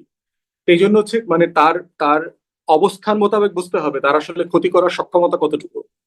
তারেক রহমানের ক্ষতি করতে পারবে যারা, যে মানুষগুলো প্রতিদিন সকাল থেকে সন্ধ্যা পর্যন্ত তার চারপাশে থাকে, হুম। সে মানুষগুলো তার ক্ষতি বেশি করতে পারবে। এবং ওই অলি ভাই এর আগেও জিয়াউর রহমানকে একই কথা বলেছেন যে আমি ওনাকে সতর্ক করেছিলাম, এটা করবেন না, ওইটা করবেন না, চিটাগাং এ যায়েন না, ওখানে ঘুমাবেন না, কিন্তু উনি আমাদের কথা শোনেন নাই। তো এই কথাগুলো উনি বলেছেন, একই রকম হয়তো একটা পিতৃস্বরূপ হুম। পরামর্শ দিয়েছেন, বাবার সাথে রাজনীতি করেছেন, মায়ের সাথে রাজনীতি করেছেন। জি, সেই একই সেমিনারে আপনিও ছিলেন, সেখানে জামায়াতের আমির তিনি বলছেন, মাননীয় বিরোধী দলীয় নেতা, যে সে নির্বাচনের ষড়যন্ত্র, যেটি একটা পুরনো কথা। ইঞ্জিনিয়ারিং বলে এতদিন শুনেছি। এখন তিনি বলছেন নির্বাচনের ষড়যন্ত্র করে জামাত সহ ১১ দলকে হারানো হয়েছে এবং এই ষড়যন্ত্রের শরিক অন্তর্বর্তী সরকার। মানে ব্যাপারটা কি, ষড়যন্ত্র করে জামাতকে হারানো হয়েছে, মানে ষড়যন্ত্র না করলে জামাত জিতে যেত বা ১১ দলীয় জোট? দেখেন, আমার মনে হয় নির্বাচনে তো একটা ডিসস্যাটিসফ্যাকশন আছে কিছু কিছু জায়গায়। আমরা বিভিন্ন আসনে তো দেখেছি যে একটা ইররেগুলারিটিস আছে। যেহেতু আমি নির্বাচন করেছি, ইররেগুলারিটিস এর মাত্রাও আমি দেখেছি নিজে সচক্ষে। এখন প্রশ্ন হচ্ছে যে এই যে অনিয়মগুলো হয়েছে, এটাকে একটা সাফিসিয়েন্টলি এই কনক্লুশনে আসা যাবে কিনা যে এই অনিয়মগুলো না হলে এই জোট জিতে যেত, ক্ষমতায় চলে যেত। মানে এই কনক্লুশন তো আপনি অঙ্কের মতো করে মেলাতে পারবেন না, এবং এটা এমন জিনিস যেটা আপনি সাফিসিয়েন্টলি প্রমাণও করতে পারবেন না।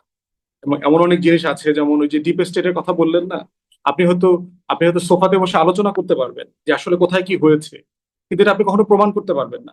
তো এই জন্য হচ্ছে যে নির্বাচনের ৪-৫ মাস পরে এই কথাগুলো তুললে যেটা হবে, এইটা আপনি আগে বলেন নাই কেন? যেমন আজকে মান্না ভাই, আমাদের পার্টির যে প্রোগ্রাম ছিল আজকে, আপনি হয়তো দেখেছেন, সেখানে মাহমুদুর রহমান মান্না ভাই প্রশ্নটা তুলেছে। হুম। ৫ মাস পরে কেন আপনি এটা রেজ না, করছেন? সে ৫ মাস আগে আপনি থেকেই এটা বলছেন তো নির্বাচন ইঞ্জিনিয়ারিং, আপনি ইঞ্জিনিয়ারিং হ্যাঁ, কথাটা তাহলে বহু আপনি পুরনো হয়ে গেছে। অ্যাকশনে গেলেন না কেন?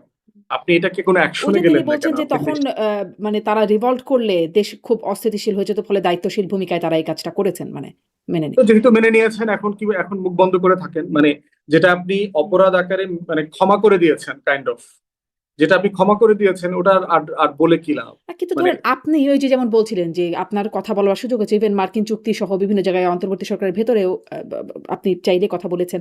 তো এখানেও আপনারা কেন কথা বলেন না যে কেন তারা এটা করলো? শুধুমাত্র অভিযোগ বা দায় দেওয়া, তাদেরকে কিচেন ক্যাবিনেট কারা সেটাও নিশ্চয়ই আপনারা জানেন, কারা আসলে নানান রকম সিদ্ধান্ত নিত। ফলে তাদের সাথে কথা বলা যে তারা কেন এটি করলো বা হতে দিল, এরকম যদি ষড়যন্ত্র ইঞ্জিনিয়ারিং থেকেই থাকে তো? না, ওইটা আমি ইঞ্জিনিয়ারিং লেভেলে যাব না। একটা বিষয় হচ্ছে যে বিএনপি ছাড়া আসলে অন্য কারো ক্ষমতায় আসার সক্ষমতাও ছিল না। আপনার জামাত সহ সব দল মিলে সাফিসিয়েন্টলি যে রাজনৈতিক প্রার্থী দেওয়া, বিভিন্ন আসনে তার যে নির্বাচন করে জিতে আসার সক্ষমতাটা আসলে এই লেভেলে নাই, এটা আমি মনে করি না আর কি। আমি ধারণা করি যে আপনার সিটের কিছু কম বেশ হতো, কিন্তু মানে আমার সারা দেশে যে অনিয়মের ঘটনা আমি যেগুলো জানি, কিন্তু বিএনপি ক্ষমতায় আসতো না এমনটা আমি মনে করি না। কিন্তু সিট কমে যেত, হয়তো ধরেন ১৭০-৮০-তে চলে যেত। এইটা মানে ২০০ তো পার হওয়ার কোনো কারণ দেখি না। তো এই জন্য আমার মনে হয় যে কোথায় কোথায় অনিয়ম হয়েছে সেই বিষয়গুলো রেইজ করে ইনস্টিটিউশনাল রিফর্মের আলাপটা তোলা দরকার। তা না হলে যেটা হবে, আপনি যদি শুধু ষড়যন্ত্র হয়েছে, ইঞ্জিনিয়ারিং হয়েছে এখানে সীমাবদ্ধ থাকেন, তাহলে আগামী নির্বাচনেও তো আপনি একই একই সিচুয়েশনটাকে ফেস করতে হবে।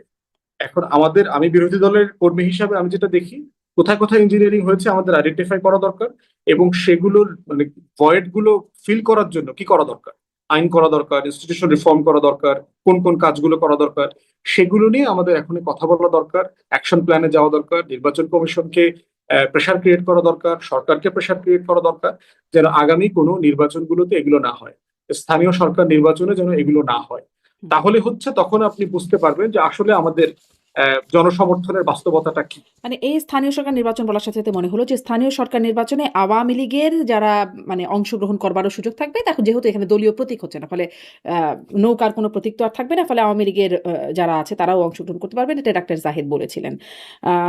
আপনার একটা অনুষ্ঠানের একটা ছোট্ট একটা ক্লিপ দেখছিলাম, সেখানে আপনি বলছেন আওয়ামী লীগ ফিরলে বিএনপি তৃতীয় বা চতুর্থ দল হয়ে যাবে। যেই ভোটে বিএনপি জিতেছে সেই ভোট কি বিএনপি পাবে? আপনার কাছে একটু এটার ব্যাখ্যা জানতে চাই যে বিএনপি তৃতীয় চতুর্থ দল হয়ে যাবে, প্রথম দ্বিতীয় কে হবে, এবং সেই ভোটগুলো বিএনপি যেই ভোটে জিতেছে সেই ভোটগুলো আসলে কারা পাবে? প্রথম কথা হচ্ছে যে জাহিদ ভাই যেটা বলেছেন ওটা মানে কিতাবি কথা হিসাবে ঠিক আছে, কারণ একটা ব্যক্তি লোক যিনি হয়তো ধরেন আওয়ামী লীগের কোনো পদ পদবিতে ছিল না, মহল্লার লোকজন জানে হুম। আওয়ামী লীগের লোক, সেই লোকটা কোনো ফৌজদারি অপরাধ নাই, সে যদি নির্বাচনের ফর্ম তুলে তাহলে নির্বাচন তো করতে পারবে টেকনিক্যালি। পদধারী রিয়েলিস্টিকলি লোকই চিন্তা বা করে পাবে দেখেন। পারবে না কেন? মানে তাকে তো পদধারী লোকের ব্যাপারেও জিজ্ঞাসা করা হয়েছিল। তিনি বলেছেন এখানে তো আসলে প্রতীক নাই, ফলে কে পদধারী কে না এখানে তো আনুষ্ঠানিকভাবে সেটার কোনো মানে আমি যেটা বুঝছি আর কি, আমি একটু এক্সপ্লেন করে বলছিলাম। পদধারী এই সেন্সে যেহেতু আপনার আওয়ামী লীগের কার্যক্রম নিষিদ্ধ এখন এই মুহূর্তে, অতএব যিনি আওয়ামী লীগের পদধারী মানুষ তিনি রাজনীতিতে যাই করবেন বাই ডিফল্ট এটা ধরে নেওয়া হবে তিনি আসলে আওয়ামী লীগ করছেন। অতএব সেই জায়গাতে আমি বোধ এটা তো করি না আইনি যে কোনো এটা ফ্রেমওয়ার্ক নাই। ধরেন আ সে স্বতন্ত্র তখন। সেখানে তো তার কোনো প্রতীক নেই। মানে স্বতন্ত্র না, যেহেতু ওই পদ তিনি ছেড়ে দেন নাই, তিনি আওয়ামী লীগের ওই পদটা তো ছেড়ে দেন নাই, তিনি তো ওই পদটা হোল্ড করছেন। অতএব সেই জায়গাতে তিনি যেহেতু পদধারী আওয়ামী লীগের নেতা কর্মী, সে রাজনীতি করছেন মানে হচ্ছে আওয়ামী লীগের রাজনীতি করছেন, এটা এটা বাই ডিফল্ট ধরে নেওয়ার সুযোগ আছে। তাইলে আর প্রতীক তুলে কিতাবি দিয়ে কথা লাভ কেন? কি হলো? মানে প্রতীকের নির্বাচন হুম? তুলে দিয়ে লাভ কি হলো? সবাই তো আমরা জানি কে কি। এটা এটা এই প্রশ্ন আমারও আছে, এই প্রশ্ন আমারও আছে যে আপনি মানে এই এটা করে আসলে কি লাভ হয়। এতে কখনো কখনো দেখবেন যে সরকারি দল সিদ্ধান্ত নেয় যে ওইবার নির্বাচনটা কোন ফর্মে করলে তার লাভ বেশি। আওয়ামী লীগও দেখেন এর আগে করেছে। কখনো কখনো দেখবেন যে দলীয় প্রতীকে করে তার লাভ বেশি হয় বলে দলীয় প্রতীকে করে, আবার কখনো কখনো দেখবেন দলীয় প্রতীক ছাড়া করতে দেয়। অতএব এটা একটা তর্ক করা, লম্বা তর্ক, মানে আপনি দলীয় অন্যদিন প্রতীক আলাপ করে করতে তারা হবে। বুঝেছে তাদের এটাতে সমস্যা হয়। ফলে পরের বারে দলীয় প্রতীক তুলে দিয়েছে। তুলে দেয়, তুলে এখন প্রশ্ন হচ্ছে যে এটা বিভিন্ন সময় বিভিন্ন সরকার এই একই কাজটা করেছে আর কি। মোটা দাগে খুব বেশি লাভ লোকসান নাই এখানে আপনার, কারণ সবাই জানে কে কোন দলের লোক। কিতাবি কথা কেন বলছি, যে ধরেন যেই লোকটা আওয়ামী লীগের লোক বলে পরিচিত তিনি আসলে নির্বাচন করতে পারবেন কিনা, রিয়েলিস্টিক তাকে লোকাল বিএনপির লোকজন নির্বাচন করতে দেবে কিনা। আপনি দেখেন, আপনার সাথে কথা বলেছি, বিভিন্ন জেলায় বার ইলেকশন হয়েছে, আপনি খেয়াল করেছেন কিনা বিএনপির লোকজন কোনো আওয়ামী লীগের আইনজীবীকে কিন্তু নমিনেশন ফর্মও তুলতে দেয়নি। হুম। অতএব রিয়েলিস্টিকলি যেটা হবে সেটা হচ্ছে বিএনপিরই তো এক একটা পদের এগেনস্টে 4 জন 5 জন 6 জন 10 জন চেয়ারম্যান হইতে চায়। গত 20-30 বছর ধরে তাদের এই খাওয়া দাওয়া বাকি আছে, তারা রোজা রাখতেছে, রাজনৈতিক রোজা এত বছর থেকে ইফতার করতে পারতেছে না। অতএব তারা সবাই যেটা চাইবে আওয়ামী লীগের ভোট ব্যাংকটাকে চাইবে, আওয়ামী লীগের প্রার্থী চাইবে না। প্রার্থী কেউ দাঁড়াইলে তো আপনার বিএনপির ভোটটা যেহেতু অনেক ভাগে ভাগ হবে, সেখানে কিন্তু আওয়ামী লীগের যিনি প্রার্থী থাকবেন তিনি অল্প ভোট পেয়েও জিতে যাওয়ার সম্ভাবনা থাকবে। তারপর হচ্ছে আওয়ামী লীগের কিছু বেইজ এরিয়া আছে, যেখানে ধরেন এই গোপালগঞ্জ টাইপের এলাকা টেলাকা যেগুলো আছে। অতএব সেই জায়গায় রিয়েলিস্টিকলি আমি মনে করি না বিএনপি কোনো আওয়ামী লীগের পদধারী পরিচিত কোনো ব্যক্তিকে নির্বাচন করতে দিবে, তাকে সিম্পলি এলাকা ছাড়া করে দেবে আর কি। এই যে আর ভোট বারগুলোর কথা বলছেন, একদম সুপ্রিম কোর্ট বার থেকে দেখা গেছে। মানে এটা অগণতান্ত্রিক হয়ে যাচ্ছে না এই বিষয়গুলো? এটা আওয়ামী লীগ প্রশ্ন রিজলভ করার আগ পর্যন্ত এটার কোনো সমাধান নাই। আওয়ামী লীগ প্রশ্ন তো মানে আওয়ামী রাজনৈতিকভাবে লীগের নাম এবং গন্ধ বিচারিক। থাকলেই তাকে আর কিছুই করতে দেওয়া হবে না। তার মানে মানে মানবাধিকার যদি বলি বা এটা নাগরিকত্ব পাবে এটা না। এটা বাস্তবতা এখন পর্যন্ত তাই, এখন পর্যন্ত হুম। তাই, কারণ হচ্ছে যে আওয়ামী লীগ এখনো রিগ্রেট করে নাই। আওয়ামী লীগের সেক্রেটারি গত 2-3 দিন আগে দেখেছেন রক্তের বদলে রক্ত, খুনের বদলে খুন, চোখের বদলে চোখ, এগুলোর কথা বলেছে। তো যে পার্টির সেক্রেটারি একটা গণহত্যা হয়ে যাওয়ার 2 বছর পরেও যার ভাষায় তার ল্যাঙ্গুয়েজে কোনো ন্যূনতম রিকনসিলিয়েশন নাই, রিগ্রেট নাই, তাকে আপনি স্পেস কিভাবে দেবেন? মানে এটা এই কনভারসেশনটা শুরু হবে কোত্থেকে? হুম। আপনার মধ্যে তো একটা অনুশোচনা থাকতে হবে যে আমি ভুল করেছি, আমি করেছি, আমার সব নেতাকর্মী তো করে নাই। এই মানে কথাটাও এটা তো আমি বলতে একটা হবে। পুরনো প্রশ্ন। এই আলোচনায় খুব বেশি যাব না। কিন্তু ধরেন ভুল সব মানে এটা আওয়ামী লীগের বিশাল বড় জায়গা আছে তাদের মানে তাদেরকে ধরবার জন্য যে তারা এই কাজ করেছে। কিন্তু এরকম অনেকে অনেক কাজ করেছে। রাজনৈতিক ভুল, অপরাধ অনেকে করেছে। কে আসলে ভুল স্বীকার করেছে? এমনকি ৭১ এর জন্য জামাতও ভুল স্বীকার করে নাই আজ পর্যন্ত। তারাও যদি করে থাকি ৪৭ এই মানে অনেক কিছু মিলিয়ে বলে। কেউ তো ভুল স্বীকার করে নাই। তার প্রশ্ন হচ্ছে যে বাংলাদেশের স্বাধীন বাংলাদেশে সব দল তো আর গণহত্যা করে নাই। পার্থক্য আছে তো, আপনার ক্রাইমের পার্থক্য আছে। মানে আপনার কথাটা গণহত্যার দোষর যৌক্তিক। তো সেই সময় জামাতে ইসলাম অভিযুক্ত না। সেটা তো জামাত ইসলামী না, ৭১ সালে দেখেন জামাত আসলে কত বড় দল ছিল। ৭০-এর নির্বাচনে দেখেন তো শাসক গোষ্ঠী কে ছিল? ৭০-এর শাসক গোষ্ঠী কি জামাত পাকিস্তানিরা ছিল? ছিল না, ছিল পাকিস্তানিরা ছিল। না, কে? দলটা কে? ৭০-এর শাসক গোষ্ঠী দলটা কে? মুসলিম লীগ। হুম, হুম। ৭০ সালে সবচেয়ে বড় রাজনৈতিক দল কোনটা? মুসলিম লীগ। তাহলে আপনি ৭০-এর নির্বাচনে দেখেন জামাত সারা পূর্ব পাকিস্তানে জাতীয় পরিষদে কোনো আসন পায়নি। পশ্চিম পাকিস্তানে জাতীয় পরিষদে 4টা সিট পাইছে। প্রাদেশিক পরিষদে জামাত মাত্র একটা সিট পাইছে, হচ্ছে বগুড়া থেকে। আপনি সিটের যদি দেখেন রাজনৈতিক দলগুলোর ভিতরে সে সপ্তম অথবা অষ্টম। এর মানে হচ্ছে যে আপনি যদি 14 দলের গণহত্যার প্রপোর্শন চিন্তা করেন, সাম্যবাদী দল নামে তো একটা দল ছিল না 14 দলে, হুম। তাকে আপনি 24-এর গণহত্যার জন্য কত শতাংশ দায় দেবেন? মুসলিম লীগ তো বাংলাদেশের পলিটিক্স অপ্রাসঙ্গিক হয়ে গেছে, নাই হয়ে গেছে। তা এখন প্রশ্ন হচ্ছে যে ওই প্রশ্ন তো আপনি পুরোপুরি মুসলিম লীগের দায় তো জামাতের উপরে চাপাতে পারবেন না, না। কিন্তু ধরেন আর সেই জামাত, সময় আমাদের দেশীয় দোসর বলতে আমরা তাদেরকে বুঝেছি। আরেকটা তো ধরেন না, আছে সত্য না তো, হুম, সত্য না। এটা রাজাকার আলবদরদের তালিকা দেখলে তো তা মনে হচ্ছে না।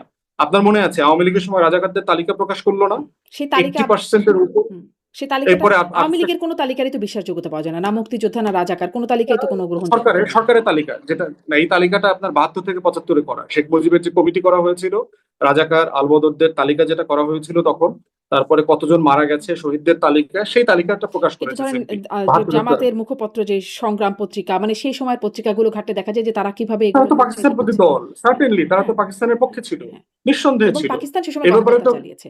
ফলে তাদের পক্ষে সেই সমর্থনটা সেই সময় যদি জুগিয়ে থাকে তার জন্য কি তারা হ্যাঁ, নিঃসন্দেহে ছিল। তারা কি সেই কিন্তু সেটা তো মুসলিম লীগের সমান না। হ্যাঁ, সেটা তো যার মুসলিম লীগের সমানই না সমান হোক। না। কার বেশি কার কম বলছি না। কিন্তু তারা যে এটা করেছিল এখানে বিশাল আকারের গণহত্যা হয়েছে, এখন বিশাল তারা তো বলতেছে তারা 4 বার ক্ষমা চাইছে। তারা তো কিন্তু জামাত তো দাবি করে তারা 4 বার আপনি ক্ষমা চাইছে। শুনেছেন মানে আপনি মনে করেছেন যে তারা আসলে ক্ষমাই চেয়েছে। এই যে আমি পত্রিকাতে দেখছি, আমি টিভিতে দেখলাম, এই আপনি যেগুলো রেফার করতেছেন মানে যদি করে এখন। থাকি আওয়ামী লীগে তো বলে এরকম যে যদি অপরাধ হয় বিচার হোক এরকম তো বলে। কিন্তু সেই যদি তো না। আমরা তো জানি না, দেখেছি।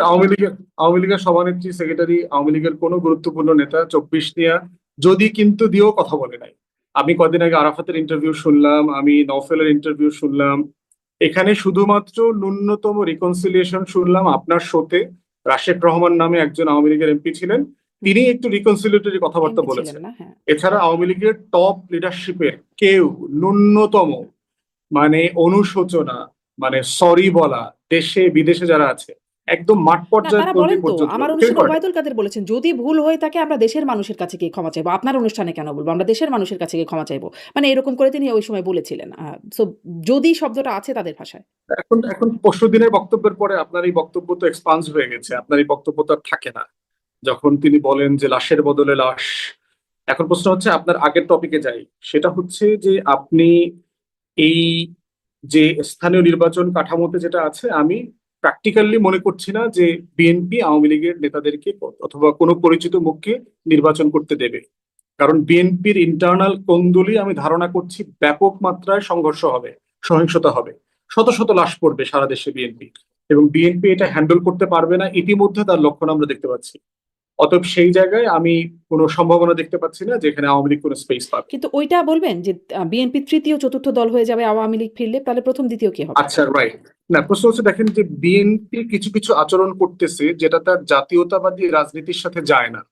যেমন দেখবেন যে বিএনপির মুখে ৭১, মুক্তিযুদ্ধ, এই বক্তব্য কিন্তু আমরা কোনো সময় এত পরিমাণে শুনি নাই, হুম। যেটা গত 2 বছর ধরে শুনেছি। বিএনপি মুক্তিযুদ্ধের চেতনা নিয়ে কথা বলা, এই মুক্তিযোদ্ধাদেরকে নিয়ে কথা বলা, এগুলো আমরা শুনতাম না, কিন্তু মুক্তিযুদ্ধের সংখ্যা কিন্তু আসলে বিএনপিতে বেশি। ৭২-এর সংবিধান নিয়ে জীবনে কোনোদিন আমরা বিএনপির কাছ থেকে কোনো বক্তব্য শুনি নাই, বরং উল্টাটা শুনছি। খালেদা জিয়া তারেক রহমানের বিখ্যাত বক্তব্য আছে, এটা ফালায় দিতে হবে, এটাই হইছে সেই হইছে, বদলায় দিতে হবে, এগুলো বলছে। রবীন্দ্রনাথ ঠাকুরের উদযাপন দেখেন এইবার বিএনপি যে পরিমাণ আয়োজন করেছে। কারণ বাংলাদেশে ধরে নেওয়া হয় রবীন্দ্রনাথ ঠাকুরকে যেভাবে এক্সাম্পলিফাই করা হয় এটা বামরা করে, আওয়ামী লীগ করে, বিএনপি করে না এটা। কিন্তু এইবার দেখবেন বিএনপি দল আকারে এবং সরকার আকারে ব্যাপকভাবে রবীন্দ্রনাথ ঠাকুরকে সেলিব্রেট করেছে। এগুলো হচ্ছে সিম্বলিক। এখন প্রশ্ন হচ্ছে আওয়ামী লীগের দোকানের পণ্য আমি বিএনপির দোকান থেকে কেন কিনবো? কুমিল্লার যেটা অরিজিনাল মাতৃভান্ডার, আপনি যদি রসমালাই কুমিল্লা থেকে কিনতে চান, আপনি অরিজিনাল মাতৃভান্ডার থেকেই তো ওই রসমালাইটা কিনবেন। তো বিএনপি যেই জিনিসগুলো বিক্রি করবার চেষ্টা করছে সুশীল সমাজের কাছে, প্রগতিশীলদের কাছে, মাইনরিটিদের কাছে, এই পণ্য ওই লোকগুলো বিএনপির দোকান থেকে তো কিনবে না, সে তো আওয়ামী লীগ থেকে কিনবে এই পণ্য। হুম। সে তার মূল কিন্তু দোকান আওয়ামী খোলার লীগকে তো অপেক্ষায় অন্য থাকবে। কারণে তারা যদি বয়কট করে তাহলে কোথাতে তারা কি পণ্যহীন হয়ে যাবে? তারা কি তাদের কিছুই তারা থাকবে না, জায়গা থাকবে না? মানে সেই প্রগতিশীল মাইনরিটি, সুশীল সমাজ তাদের কোনো জায়গা থাকবে না? না, জায়গা হচ্ছে এই যে আপনার মানে বাই ডিফল্ট তারা বিএনপি কে ভোট দিয়েছে না এবার, হুম। এই বক্তব্যগুলোর টার্গেট অডিয়েন্স কারা? আওয়ামী লীগের লোকজনকেই তো টার্গেট করে এই বক্তব্যগুলো দিয়েছে। তা না হলে আপনি দেখেন, আমরা দেখলাম 40+ সিটে বিএনপি জিতেছে, যেখানে বিএনপি কোনোদিনই জেতে নাই, এবার প্রথমবার তারা জিতলো। এই যে ধরেন আওয়ামী লীগের বেইজ এরিয়া যেগুলো আছে, মাদারীপুর, শরীয়তপুর, ফরিদপুর, গোপালগঞ্জ, পার্বত্য চট্টগ্রামের বিভিন্ন এলাকাতে, এবং ইকুয়ালি দেখবেন ওই সিটগুলোতে আপনার না ভোট জিতেছে। তাহলে বিএনপি জিতেছে আবার না ভোট জিতেছে, এটা হচ্ছে একটা কন্ট্রাডিক্টরি পজিশন, এটা হতে পারে না।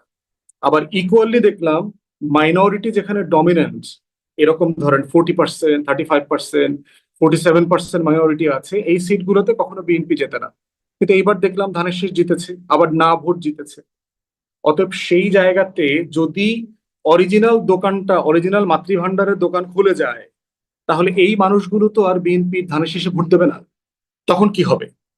তখন আপনি উল্টা দিকটা আবার চিন্তা করেন, যেই জাতীয়তাবাদী মানুষ যারা দিল্লির অ্যাগেনস্টে প্রো জাতীয়তাবাদী মূল্যবোধপন্থী মানুষ, তারা যারা ঐতিহাসিকভাবে জিয়ার রাজনীতিকে পছন্দ করে, বিএনপিকে ভোট দিয়েছে, সেই মানুষগুলো দেখবে যে এই দলটা, এই মাতৃভান্ডারটা আসলে আমার মাতৃভান্ডার না।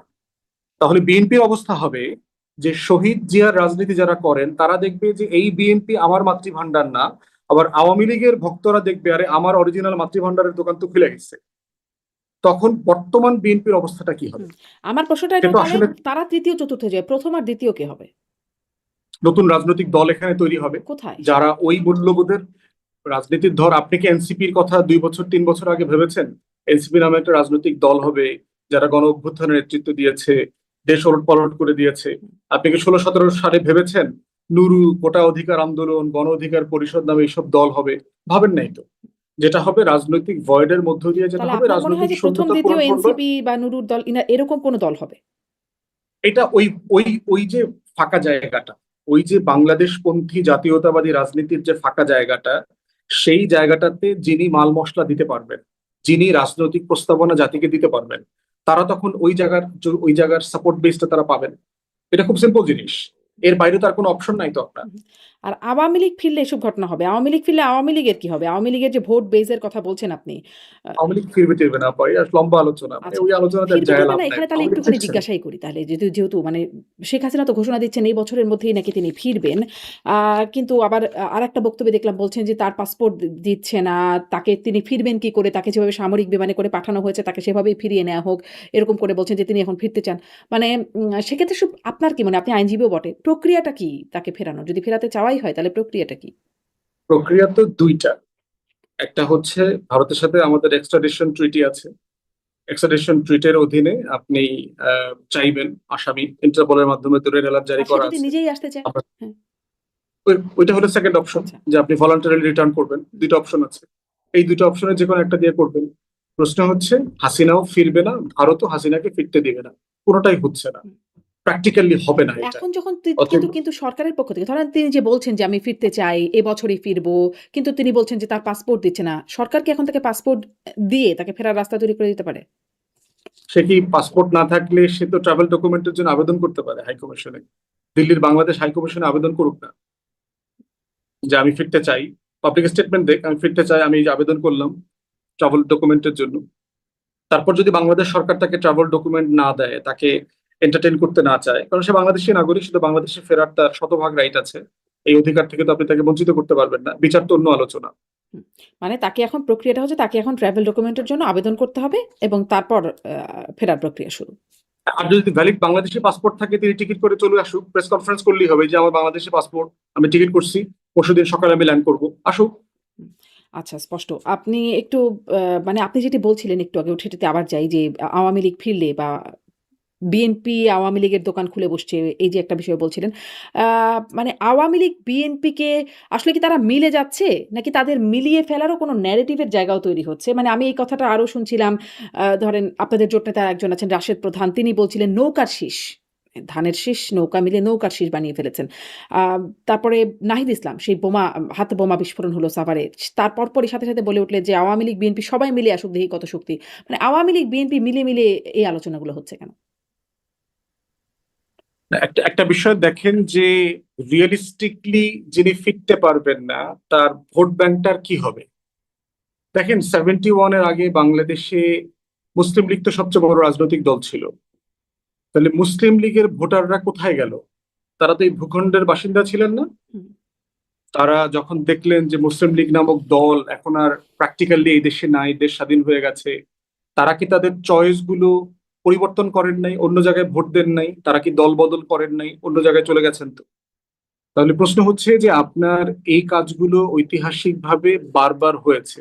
দেখেন ডাকসুর এক্সাম্পল দেই। ডাকসুতে তো ছাত্রলীগের কোনো প্যানেল ছিল না। জগন্নাথ হলের ভোটের প্যাটার্নটা শুধু দেখেন। প্রথম কথা হচ্ছে জগন্নাথ হলের লোক যারা মাইনরিটি, আমরা ধরে নিই মোটা দাগে তারা আওয়ামী লীগের সমর্থক, বাংলাদেশের ঐতিহাসিক যে পরম্পরা। প্রশ্ন হচ্ছে সেখানে ভোট দেওয়া থেকে কি বিরত ছিল না? মেজরিটি ছেলেমেয়েরা ভোট ভোট দিয়েছে। ভোট দিয়েছে, কে জিতেছে? ছাত্র দলের ছেলেরা জিতেছে। সেখানে দেখবেন যে ছাত্র দলের ভিপি প্রার্থী 1,500 ভোট পাইছে, সাদিক কায়েম 10টা পাইছে, জিএস 7টা ভোট পাইছে, ওখানে মেঘমল্লার বসু 1500-1600 ভোট পাইছে। তাহলে ছাত্রলীগের প্যানেল থাকলে যেটা হতো, না থাকার কারণে কি সে ভোট দেওয়া থেকে বিরত থাকে নাই? তার বিকল্প রাজনৈতিক অভিমুখ তিনি তৈরি করে নিয়েছেন। আর নাগরিক সমাজের মানে শত শত বছরের যেই পরম্পরার প্র্যাকটিস হচ্ছে, আপনি আপনার অ্যাভেইলেবল অপশনের মধ্যে থেকে আপনি আপনার বেস্ট জায়গাটা খুঁজে নেবেন। হুম। কিন্তু এবং ধরেন আওয়ামী কিন্তু লীগ ধরেন এই যে মুসলিম লীগের মানে ভোটাররা কি হলো আপনি বলছেন। মুসলিম লীগ অটোমেটিক্যালি মানে মানুষ তাকে বয়কট করে তাকে বিলুপ্ত করে দিয়েছে। কিন্তু যখন কাউকে নিষিদ্ধ করা হয়, নিষিদ্ধ বস্তুর প্রতি একটা আকর্ষণও কাজ করে এবং তাদের প্রতি সিম্প্যাথিও কাজ করে। ফলে সেই সিম্প্যাথি থেকে এবং তার সাথে অ্যান্টি এস্টাবলিশমেন্ট সেন্টিমেন্ট আমাদের আছে। সেদিনও কাউকে এই প্রশ্নটা করছিলাম যে বরাবরই দেখেছি আগের সরকার সুষ্ঠু ভোট হলে 14, 18, 24 এর কথা বাদ। সুষ্ঠু ভোট হলে আগের সরকার বাদ দিয়ে মানে আওয়ামী লীগ বা বিএনপি বা আওয়ামী লীগ হবে একের পর এক এসেছে। মোটা দাগে সুষ্ঠু নির্বাচন হলে। ফলে এই যে সিম্প্যাথি, নিষেধাজ্ঞা ইমপ্যাক্ট ইত্যাদি এবং সাথে এই অ্যান্টি এস্টাবলিশমেন্ট সেন্টিমেন্ট ইত্যাদি মিলিয়ে আ সমীকরণটা ভিন্ন হবে না তো? না, মনে হচ্ছে না তো। আপনি অনলাইনে দেখেন, সারা দেশে দেখেন, শাওনের স্টেটমেন্টটা শুধু দেখেন। শাওর ক্ষমা চেয়েছে না? কেন ক্ষমা চাইলো? সে যদি মনে করে থাকে যে আমি যেটা বলেছি লিখেছি এটাই সত্য, তাহলে স্ট্যান্ড বাই করলো না কেন? কারণ সে বুঝতে পারতেছে যে অনলাইনে অফলাইনে যে লেভেলের রিয়াকশন হয়েছে, এইটা কোনোভাবে তার মতামতকে সমর্থনযোগ্য করে নাই। আওয়ামী লীগ ফেরার প্রশ্নে বাংলাদেশে ন্যূনতম কোনো মতামত সম্মতি এখানে নাই। নাই এটা। যেটা আছে, আওয়ামী লীগকে বাঁচিয়ে রেখেছে গণমাধ্যম। এই যে দেখেন আওয়ামী লীগকে নিয়ে আপনি কন্টিনিউ প্রশ্ন করছেন আমাকে, হুম। প্রত্যেকটা টক শোতে আমাকে আওয়ামী লীগ নিয়ে কথা বলতে করতে হচ্ছে। তো হবেই না। আওয়ামী লীগ তাদেরকে বেঁচে নিষিদ্ধ আছে করে রাখা হয়েছে। গণমাধ্যমে। মানে এইটাই একটা কারণ। যদি নিষিদ্ধ না হতো মুসলিম লীগ নিয়ে কিন্তু আমরা আর আলোচনা করছি না। তারা একা বিলুপ্ত হয়ে গেছে। কিন্তু তাকে যখন না নিষিদ্ধ না, একা করে একা রাখা বিলুপ্ত হচ্ছে। হয়নি তো।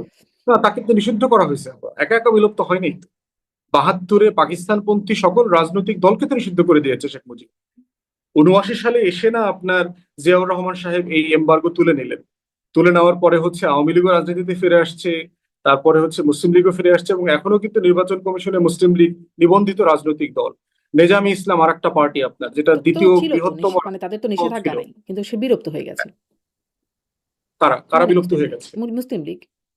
জনগণের কাছে প্রত্যাখ্যাত হয়েছে বলতে পারে, হুম। কিন্তু তার তার একটা নিবন্ধিত জায়গা আছে।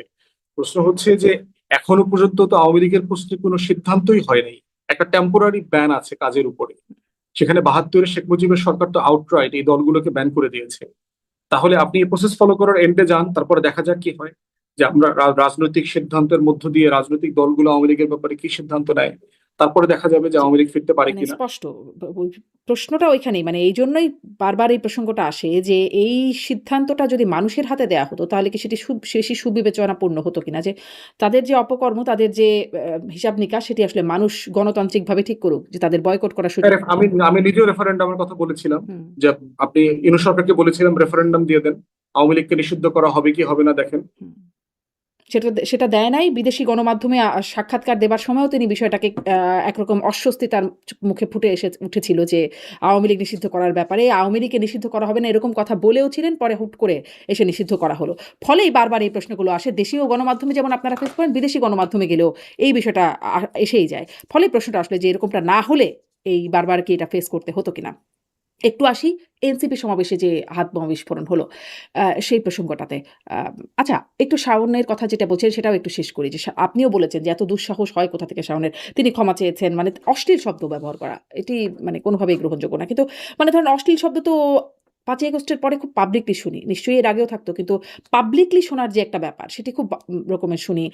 সেটি যেমন আমরা শহীদ ওসমান হাদির মুখ থেকে শুনেছি। আমরা শুনেছি শেখ হাসিনাকে নিয়ে এই জুলাই নিয়ে যা বলা হচ্ছে, সিডিআই শেখ হাসিনাকেও এরকমটা বলা হয়েছে। আ বা ফজলুর রহমান বীর মুক্তিযোদ্ধা, তার বাসায় গিয়ে ছোট, ছোট বাচ্চা ছেলেমেয়েরা এরকমটা বলেছে।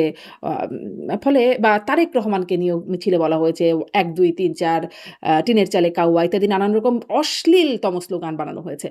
মানে তখন কি আপনাদের মনে হয়েছে যে এগুলো খুব দুঃসাহস? না, তখনও তো আমরা এই অশ্লীল ভাষার বিরুদ্ধে কথা বলেছি তো, যে রাজনৈতিক আপনার সাথে আমি বলেছি হুম, যে রাজনৈতিক প্রতিবাদ চলবে। আওয়ামী লীগের ব্যাপারে দেখেন, আমার প্রশ্ন কিন্তু আমার পজিশন কিন্তু খুব পরিষ্কার। আওয়ামী লীগ বাংলাদেশের রাজনীতি ফিরতে পারবে না। কিন্তু এই জন্য তো আমাকে এটা সিডিআই শব্দ ব্যবহার করতে হয়নি তো, আমাকে কাউকে গালি দিতে হয়নি তো। Hmm. It's a very political position. এটার ব্যাপারে আমি আপনার সাথে ইতিহাস, প্রসেস, যুদ্ধ সবকিছুর মানে ব্যাপক ব্যাখ্যা দিয়ে আমি বোঝানোর চেষ্টা করেছি যে কেন আওয়ামী লীগ রাজনীতিতে ফিরতে পারবে না। It's a full stop thing. গালি দেওয়ার প্রয়োজন নাই। আমি কোনো পক্ষেই আমি গালির পক্ষে না।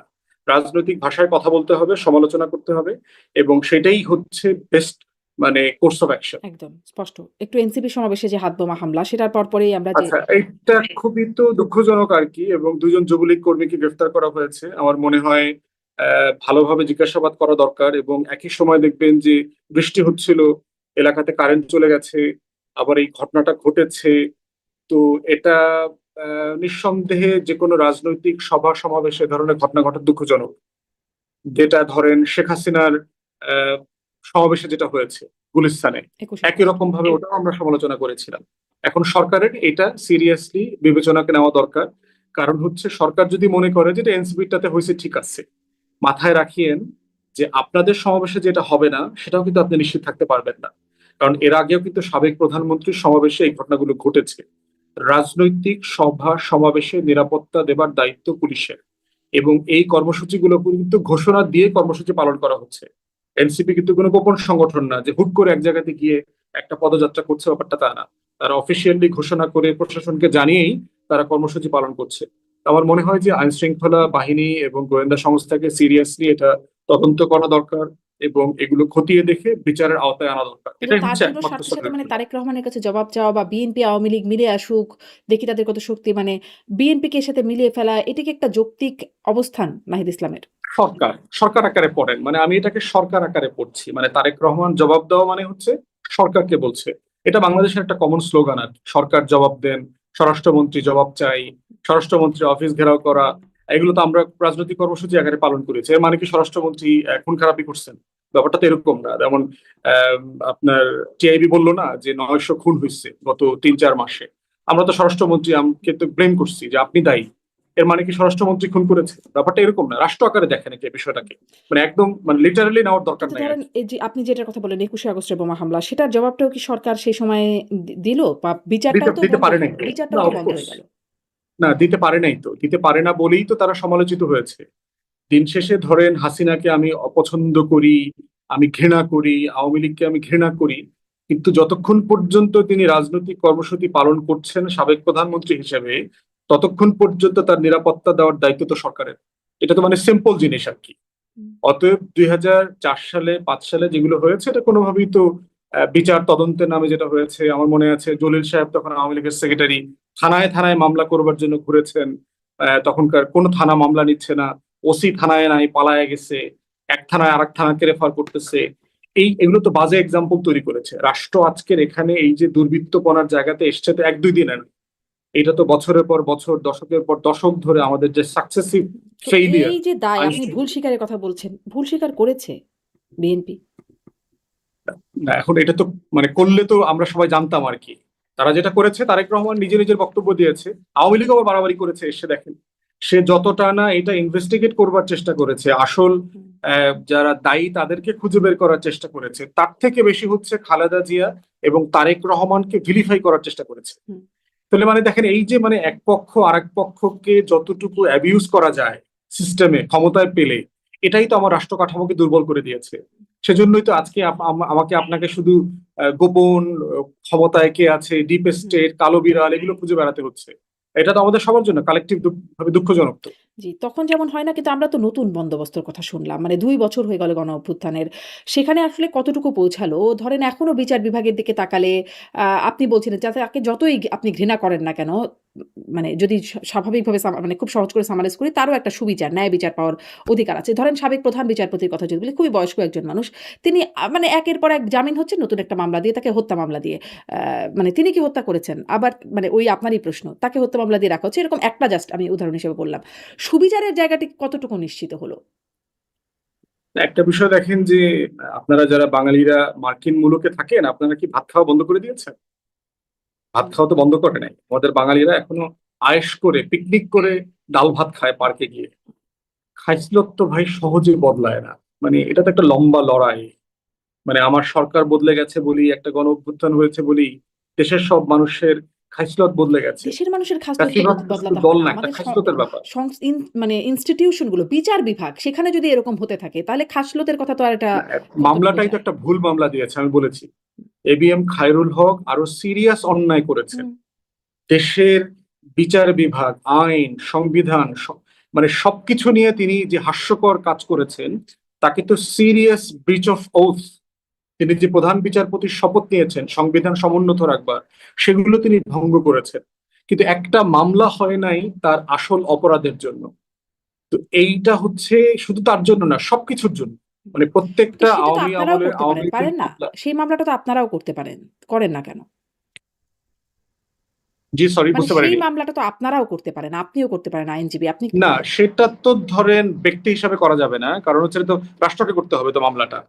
রাষ্ট্রকে দায়িত্ব, আমি হয়তো বলতে পারবো, আমি এটা নিয়ে কথা বলেছি যে আসলে এই ধরনের মামলায় যেভাবে আপনি ধরেন আমাদের সাকিব প্লেয়ার, ক্রিকেট প্লেয়ার, ওকে আপনি মানে জুয়ার মামলা দিতে পারেন, আপনি ফ্রডের মামলা দিতে পারবেন, শেয়ার বাজার কেলেঙ্কারির মামলা দিতে পারবেন, অবৈধভাবে গোল্ড ব্যবসায়ীদের সাথে ওই যে আরো আরব খান টান কি হুম, আছে দুবাইতে, এগুলো করছে।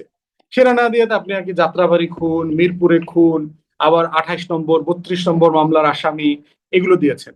মানে এই মানে পুরো প্রসেসটাই তো হচ্ছে যে টোটাল যে জুডিশিয়ারি এবং আইন শৃঙ্খলা বাহিনীর যে আইনের শাসন এনশিওর করবার যে দায়, এই দায়টা তো ডিসপেন্স হচ্ছে না। কিন্তু এবং তাহলে কোনো আমলেই এবং তারপরে সেই জুডিশিয়ারি থেকে মামলা না হয় হলো, ভুয়া নানান রকম মামলাই হলো। জুডিশিয়ারি থেকে তারা জামিনও পাচ্ছেন না। একের পর এক নতুন করে আবার ভুয়া, ভুয়া মামলা হচ্ছে এবং জুডিশিয়ারির মানে তারা জেলখানায় থেকে যাচ্ছেন। আ আ ফলে সুবিচারের কোনো জায়গা আসলে নাই। এটা কোথা থেকে অদৃশ্য ইশারা? কোথায় থেকে আসলে এটা আসছে? এটাও কি ডিপ স্টেট কোথাও? নাকি মানে কিছু না না, বুঝলেই মনে এটা হয় ডিপ স্টেট কিনা জানি না। হুম, না, এটা আমার কাছে মনে হচ্ছে এটা এটা এটা এমনি ইনস্টিটিউশনাল খাইসলত আর কি। মানে প্রাতিষ্ঠানিক ভাবে কাজ করবার, আপনি চিন্তা করে দেখেন আওয়ামী লীগের প্রায় 20 বছর 111 জোরে যারা কাজ করছে, যে কনস্টেবলটা গত 20 বছর চাকরি করেছে, যার বয়স ধরেন এখন প্রায় 40-এর কাছাকাছি, 40 কাছাকাছি বয়সের কোন কনস্টেবল পুলিশ কর্মকর্তাকে আসলে জেনুইনলি পুলিশিং করেছেন গত 20 বছরে? মানে সে আসলে জানবে কিভাবে যে আসলে পুলিশিং জিনিসটা মানে কি, মামলাটা কিভাবে প্রসেস করতে হয়? আসছে এক জায়গাতে একটা নাম বসায় দিচ্ছে, অজ্ঞাতনামা গায়েবানা নাম ঢুকায় দিল 33, 130 নম্বর। একটা মানুষকে খুন তো করতে সরকারের কোনো 130 জন মানুষ নির্দেশনা লাগে। দেখেছেন এর মধ্যে? মানে যেমন ধরেন ডিআইজি বলেছে আওয়ামী লীগের কোনো নেতা বের হলে তাকে আবার একটা নতুন মামলা দিয়ে ঢুকায় দিতে হবে। একদম আনুষ্ঠানিকভাবে লিখে দিয়েছেন। এটা কোথাকার ডিআইজি মনে পড়ছে না। কিন্তু এরকম একটা নির্দেশনা দিয়েছেন। আম সেটি নিয়ে আলোচনাও হয়েছে অনেক। আনুষ্ঠানিকভাবে নির্দেশনা দিয়েছেন তার অধীনস্থদের।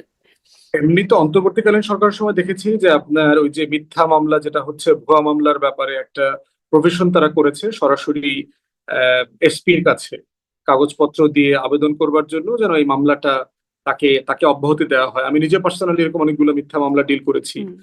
চাঁদাবাজি করবার জন্য মেনলি দিয়েছে আর কি, আপনার বিভিন্ন ব্যবসায়ীদেরকে এলাকার গ্রুপিং ট্রুপিং এগুলো সেগুলো মিলায় ঝিলায় চাঁদাবাজি করতে চেয়েছে, এবং এগুলো কিন্তু এসপি অফিস থেকে আপনার রিজলভ করা হয়েছে। আমরা দেখলাম কাগজপত্র সহ আমরা গত আমলে যেটা করেছে, এক্স্যাক্টলি এই আমলের পার্টিকুলার কোনো ইনস্ট্রাকশন আমার চোখে পড়ে নাই। আপনি বলছিলেন যে ওই যে বোমা হামলা এনসিপি সমাবেশে পরে মানে বলছেন যে আপনাদের সাথেও হতে পারে এরকম ঘটনা, মানে ক্ষমতাসীনদের সাথে। হ্যাঁ, মানে এরকম এটা একটা মামলাও তো আসলে প্রাতিষ্ঠানিক। আগে তাদের সাথেও হয়েছে, এখন আবার হচ্ছে, পরে আরো যে হবে না সেটা ফুল স্টপ তো কোথাও টানা হচ্ছে না। এক্স্যাক্টলি এই জন্য হচ্ছে প্রাতিষ্ঠানিক সংস্কার চেয়েছিলাম আমরা, পুলিশ কমিশন গঠনের জন্য আমরা সবাই একমত হলাম, ঐকমত্য কমিশনে বিএনপি সেটা রাটিফাই করলো না অর্ডিন্যান্সটা। তাহলে দেখেন যেই চেকস অ্যান্ড ব্যালেন্স গুলো আমরা করবার চেষ্টা করেছি, সুপ্রিম কোর্ট সচিবালয়, জাজেস অ্যাপয়েন্টমেন্ট, পুলিশ কমপ্লেন কমিশন, এইগুলো করলে যেটা হতো অ্যাটলিস্ট একটা চেকস অ্যান্ড ব্যালেন্স তৈরি হইতো। তাহলে কি মানে কিন্তু গণ সেখানে অভ্যুত্থান হলো, রাটিফাই করলো না। হাসিনা সরকারের পতন হলো, কিন্তু নতুন বন্দোবস্তের কথা শুনলাম সেরকমটা হয়ে গেল না, খাসলত হিসেবে সেটা রয়ে গেল। এখন ওই যে বিএনপির বক্তব্য হচ্ছে ভাই মাত্র তো 5 মাস হয়েছে, আমরা করব, অক্ষরে অক্ষরে সব পালন করব। আমরা দেখতে চাই যে ভঙ্গ করার ব্যাপারে 5 মাস এনাফ সময়, তো পালন করতে আপনার কেন বেশি সময় লাগবে, এটা তো একটা বড় প্রশ্ন জি। আর কি। শেষের একদম অনেকক্ষণ ধরে কথা বলছি আপনার সাথে। আসলে শেষে আসি, শেষ করি যে আপনি এর আগে আপনার বক্তব্য বিভিন্ন সময় ভাইরাল হয়েছে। ফুটবল, ক্রিকেট এই খেলাগুলোকে আপনি খুব ফাউল হিসাবে মনে করেন। যে একটা বল নিয়ে ১১ জন দৌড়াইতেছে, একটা গোল জিনিস সে কাঠি দিয়ে বাইরাইতেছে, এরকম কথা আপনি বলছেন। এখন তো বিশ্বকাপ ফুটবল চলছে, উন্মাদনা চলছে। আপনি কি কোনো দল সমর্থন করেন? নাকি আসলে ফাউলই মনে হচ্ছে? আগের বক্তব্যের সারানোজনটা বলে দেই। প্রোগ্রামটা ছিল আপনার ঢাকা বিশ্ববিদ্যালয়ে প্রতিবন্ধীদেরকে নিয়ে একটা প্রোগ্রাম গিয়েছিলাম। এটা 24-এ শেষের দিকে অথবা 25-এর শুরুর দিকে। এটা হচ্ছে বাংলাদেশের বিভিন্ন রাজনৈতিক আন্দোলনে শরিক হয়ে যারা প্রতিবন্ধী হয়েছেন, হুম। 71-এর মুক্তিযুদ্ধে, 90-তে, 80-র দশকে আপনার, এবং 24-এ, তারা ওই প্রোগ্রামে প্রায় 300+ প্রতিবন্ধীকে সম্মাননা স্মারক দিবেন আর কি, এরকম একটা প্রোগ্রাম। সেখানে সরকারের অনেক গুরুত্বপূর্ণ উপদেষ্টা, এই অভ্যুত্থানের বড় বড় ব্যক্তিরা সেখানে আসার কথা ছিল। আমি অনুষ্ঠানে গিয়ে দেখলাম যে অলমোস্ট গুরুত্বপূর্ণ কোনো মেহমান আসে নাই। ওখানে ওখানে আমি সবচেয়ে গুরুত্বপূর্ণ মেহমান আর কি। হুম। ধরেন আমি তো তালিকাতে অনেক নিচের দিকে ছিলাম। তো এবং আপনি জানেন, আপনি গণমাধ্যমে কাজ করেছেন, গণমাধ্যম যখন কোনো মিডিয়াকে অ্যাসাইন করে, যখন কোনো সাংবাদিক আপনাদের হাউস থেকে অ্যাসাইন করে, সে কিন্তু ব্রাহ্মণ দেখে যে এই প্রোগ্রামে কে কে আসতেছে। তো যখন গণমাধ্যম শুনছে এখানে উপদেষ্টারা যাবে না, এই গণ অভ্যুত্থানের বড় বড় ব্যক্তিরা যাচ্ছে না, ওখানে কোনো সাংবাদিক যায়নি ওই প্রোগ্রামটাতে, আমার মনে আছে। তো তখন আমার আসলে খুব কষ্ট লাগছে, আমি প্রতিবন্ধীদের গল্প শুনতেছিলাম, তো তার 1 ঘন্টা ধরে 2 ঘন্টা ধরে তাদের জীবনের যে লড়াই, একটা মানুষের চোখ নাই, হাঁটতে পারে না, তারা লেখাপড়া করছে, ব্রেইলি পাচ্ছে না, তারপরে চাকরি পাচ্ছে না, ফ্রাস্ট্রেশন, বিয়ের মার্কেটে মেয়েরা অ্যাবিউজের শিকার হচ্ছে। তখন আমি ডায়াসে দাঁড়িয়ে বলেছিলাম যে এখানে যদি বুবলি আসতো, এখানে যদি পরিমণি থাকতো, এখানে ওই সাকিব মাশরাফি যদি একটা ব্যাট দিয়ে একটা বল কন্টিনিউ মারামারি করতো, একটা ফুটবল নিয়ে যদি 22 জন দৌড়দৌড়ি করতো, তাহলে আসলে আপনার গণমাধ্যমের এখানে ক্যামেরার অভাব হইতো না। কিন্তু দেশের 93 লক্ষ প্রতিবন্ধী জনগোষ্ঠীর অধিকার, তার লড়াইটা তুলে ধরবার জন্য আমাদের গণমাধ্যম এতটুকু দায়িত্ব পালন করবার প্রয়োজন মনে করলেন না। এটা হচ্ছে আপনার ওখানে বক্তব্যের প্রসঙ্গ। হুম। এটা প্রতিবন্ধীদেরকে নিয়ে, মানে তাদের জন্য আমার কষ্টে, মানে আমার এত খারাপ লাগছিল, হুম। তখন আমি এই কথাটা বলেছি। মানে তার মানে তো আপনি কি আসলে ওই ক্রিকেট, ফুটবল খেলাকে ফাউল খেলা মনে করেন না? মানে ফাউল বলছিলেন ওইখানে, ফাউল শব্দটা। ফলে আসলে আপনি সেটা মনে করেন না। বাউল বিষয় হচ্ছে যে মানে আপনি তখনকার এনভায়রনমেন্টটা চিন্তা করেন, আচ্ছা। যে মানুষটার চোখ হারিয়ে গেছে, হুম। যে মানুষটার হাত পাও নাই, তাহলে আপনি কোন দলকে তার সমর্থন জায়গা করেন থেকে ফুটবলে? আমি ভাই একসময় তো একটা দলের সমর্থক অবশ্যই করেছি, নিজেও খেলেছি। এখন এটা না বলি আবার, আমার তো ভক্ত শ্রেণী, তো ক্রস সেকশনের ভক্ত শ্রেণী আছে। হুম। তো খেলা নিয়ে আমার কমেন্ট্রিও আছে, আপনি আমার পেজে গেলে দেখতে পাবেন। আমি রিসেন্ট আপনার ফুটবল নিয়ে আমার কমেন্ট্রি আছে, আমি বিসিবির পলিটিক্স নিয়ে আমি কমেন্ট্রি দিয়েছি, অসংখ্যবার কথা বলেছি ফুটবল পলিটিক্স নিয়ে। আমি রিসেন্ট টকশোতে আপনার আর্জেন্টিনার খেলা নিয়ে, মিশরের খেলা নিয়ে আমি কথা বলেছি। সো মানে বিষয়টা এরকম না যে আমি স্পোর্টস এর এগেনস্টের মানুষ, বরং আমি শিক্ষা ব্যবস্থায় স্পোর্টস ইনক্লুড করা, ড্রাগ থেকে ইয়াংদেরকে বাঁচিয়ে রাখবার জন্য মহল্লায় মহল্লায় সারা বাংলাদেশে আমি স্পোর্টস এর রূপরেখা পর্যন্ত দিয়েছি বিভিন্ন আলোচনাতে। হুম। অতএব ওইটা ওখানে মানে মানে প্রাসঙ্গিক না, একটা মানুষের জীবন যে যেখানে চোখ চলে গেছে। মানে তো ভক্তদের সেখানে হচ্ছে যেটা ভক্তদের হচ্ছে মন আপনার রক্ষায় আপনি এটা বললেন না যে আপনি আসলে কোন দলের সমর্থক। কিন্তু আবার ওইটা খুব আছে যে আপনি আসলে ফুটবল, ক্রিকেট সেই খেলাগুলোকেই আসলে আপনি না, ওইটা ওইটা তো একান্তই একটা প্রতিবন্ধীদের আচ্ছা। কনটেক্সটে কিন্তু কথা আরেকটা বলা কথাও আরকি। সম্প্রতি যে ঢাকা বিশ্ববিদ্যালয়ের ডাকসুর একটা অনুষ্ঠানে গিয়ে যেটা আপনি বলছেন, আপনি পরবর্তীতে হয়তো বলেছেনও এই বিষয়ে বিভিন্ন সময়। যে কালেক্টিভ ক্ষতি বাংলাদেশে তার সবচেয়ে বড় দায় ঢাকা বিশ্ববিদ্যালয়। সেখান থেকে ফ্যাসিস্ট, ক্রিমিনাল, টাউট, বাটপার মানে সবচেয়ে বেশি তৈরি করেছে তারা। এবং এর জন্য আপনার বিরুদ্ধে আইনি একটা নোটিশও এসেছে। আ মানে এখানেও তো মানুষের আবেগের জায়গা ঢাকা বিশ্ববিদ্যালয়, সেখানে বিশাল একটা সংখ্যক অ্যালামনাই আছে। শিক্ষিত মানুষ, তাদের আবেগের জায়গা, স্বপ্নের জায়গা। আপনি এভাবে কেন মানে হাতুড়ি পেটা করলেন? একটা বিষয় দেখেন যে একটা বিশ্ববিদ্যালয়কে আপনি কিভাবে অ্যাসেস করবেন। আপনি যদি কোনো হার্ভার্ডের অ্যালামনাইকে জিজ্ঞেস করেন যে আহ, তোমার হার্ভার্ডে পড়া না পড়া অথবা হার্ভার্ডের কন্ট্রিবিউশন কি, হার্ভার্ড ইউনিভার্সিটি অথবা প্রিন্সটন এমআইটির কোনো ছেলে মেয়ে কি বলবে যে আমরা 1776 সালে ব্রিটিশ বিরোধী আন্দোলন করেছি, এখানে টি প্ল্যান্টেশন নিয়ে প্রচুর অনিয়ম হয়েছে, আমরা তখন লড়াই করেছি, আমরা প্রথম বিশ্বযুদ্ধ দ্বিতীয় বিশ্বযুদ্ধে আমাদের সোলজাররা গিয়ে যুদ্ধ করেছে, এগুলো বলবে? না তারা বলবে যে আমরা গত 50 বছরে কয়টা নোবেল পুরস্কার পেয়েছি, এই বিশ্ববিদ্যালয়ের অ্যালামনাইরা কে কি প্রেসিডেন্ট হয়েছে, মিনিস্টার হয়েছে, সেনাপতি হয়েছে, বিজ্ঞানী হয়েছে, কি বলবে? মানে আমি তো এই ক্রিটিক্যাল কোশ্চেনটা রেজ করতে চাচ্ছি। আপনি দেখবেন যে ঢাকা বিশ্ববিদ্যালয়ের ছেলে মেয়েদের একটা ফলস প্রাইড আছে। আমি কিন্তু ওই খোয়ারের ছাত্র ছিলাম, কিন্তু ব্যাপারটা এরকম না যে আমি ওখানে চান্স পাই নাই বলে আমার অনেক কষ্ট আছে। ব্যাপারটা এরকম না, আমি বাংলাদেশের টপ স্কুল কলেজ বিশ্ববিদ্যালয়ে পড়ছি। অতএব আমার সাথে কথা বলতে আসলে যে কাউকে প্রিপারেশন নিয়ে আসতে হবে আর কি। যে আমি নিজে ভোলা ডিগ্রি কলেজে পড়ছি বইলা এখন ঢাকা বিশ্ববিদ্যালয়ে ঢাকা কলেজ দেখলে আমার খারাপ লাগে, ব্যাপারটা এরকম না। প্রশ্ন হচ্ছে এই বিশ্ববিদ্যালয়ের অ্যাচিভমেন্ট কি, সে আসলে কি তৈরি করে। তার একটা ইউনিভার্সিটি দেখেছি, আমাদের যারা বন্ধু বান্ধব আছে অক্সফোর্ড কেমব্রিজের, ওদের আপনি ওদের অক্সফোর্ড, আলোচনার কেমব্রিজের টপিক সাথে হয়তো ঢাকা বিশ্ববিদ্যালয়কে তুলনা করতে পারবেন না। সেটা আসলে অনেক একদম হাই র‍্যাংকিং ইউনিভার্সিটিগুলোর কথা বলছেন। আমাদের দেশের মানে বাকি সবকিছুর সাথে মিলিয়ে ঢাকা বিশ্ববিদ্যালয় তারা তো শিক্ষিত জনগোষ্ঠী তৈরি 100 করছে। বছর 100 বছরের বেশি এই বিশ্ববিদ্যালয়ের বয়স আপা। হুম। এটা বাংলাদেশের বয়সের থেকেও বেশি, এটা পাকিস্তান রাষ্ট্রের বয়সের থেকেও বেশি। 100 বছর প্লাস। সিঙ্গাপুর, মালয়েশিয়ার ইউনিভার্সিটি গুলো 100-র ভিতরে চলে আসছে, 10-15-তে চলে আসছে। ওদের ইউনিভার্সিটির বয়স তো আমাদের থেকে আমাদের আমাদের নাতির বয়সী। ওরা পারে, আমরা পারছি না কেন? আজকে 2026 সালে সেই আপনার মনে প্রশ্নটা থাকার আপনি কথা খুব করোনা। যৌক্তিকভাবে তুলতে পারেন ব্যারিস্টার ফুয়াদ। সেই প্রশ্নটা খুব যৌক্তিকভাবে। কিন্তু এটার থেকে টাউট বাটপার বের হচ্ছে, শুধুমাত্র ফ্যাসিস্ট বের হচ্ছে, কথা তো সত্য, ক্রিমিনাল বের কথা হচ্ছে। তো সত্য, কথা তো সত্য। আপনিও বের বাংলাদেশের হচ্ছেন। সবচেয়ে বড় ক্রিমিনাল বাংলা, আমি ওখানে কিছু শিখি নাই, এটা হচ্ছে সবচেয়ে ভালো এই খবর আর কারণে কি। টাউট ওখানে আমি বাটপার কিছু হন নাই বা ক্রিমিনাল হন নাই। নাকি সেটা হয়েছেন? হচ্ছে যে ওখান থেকে আসলে কি বের হয়েছে বলেন না, 2-4-5 জন বিখ্যাত গ্রাজুয়েটের নাম বলেন তো ঢাকা বিশ্ববিদ্যালয়ের, না ধরেন সায়েন্টিস্ট, না একাডেমিক, এরকম খুব গবেষক, কিছু একটা কথা বলেন না, মানে যেটা যেটা না হলে আমরা খুব লস করতাম। কিন্তু এটা না হলে যা আছে তাও তো থাকতো না। না, না হলে হচ্ছে যে আপনার অন্য বিশ্ববিদ্যালয় কলেজে পড়তো। আমাদের আমাদের বাস্তবতা দেখেন, তাহলে কি বাংলাদেশের আপনার রাজনৈতিক রেকমেন্ডেশন নেতাদের ঢাকা মধ্যে। বিশ্ববিদ্যালয়কে মানে বিলুপ্ত করে দেওয়া?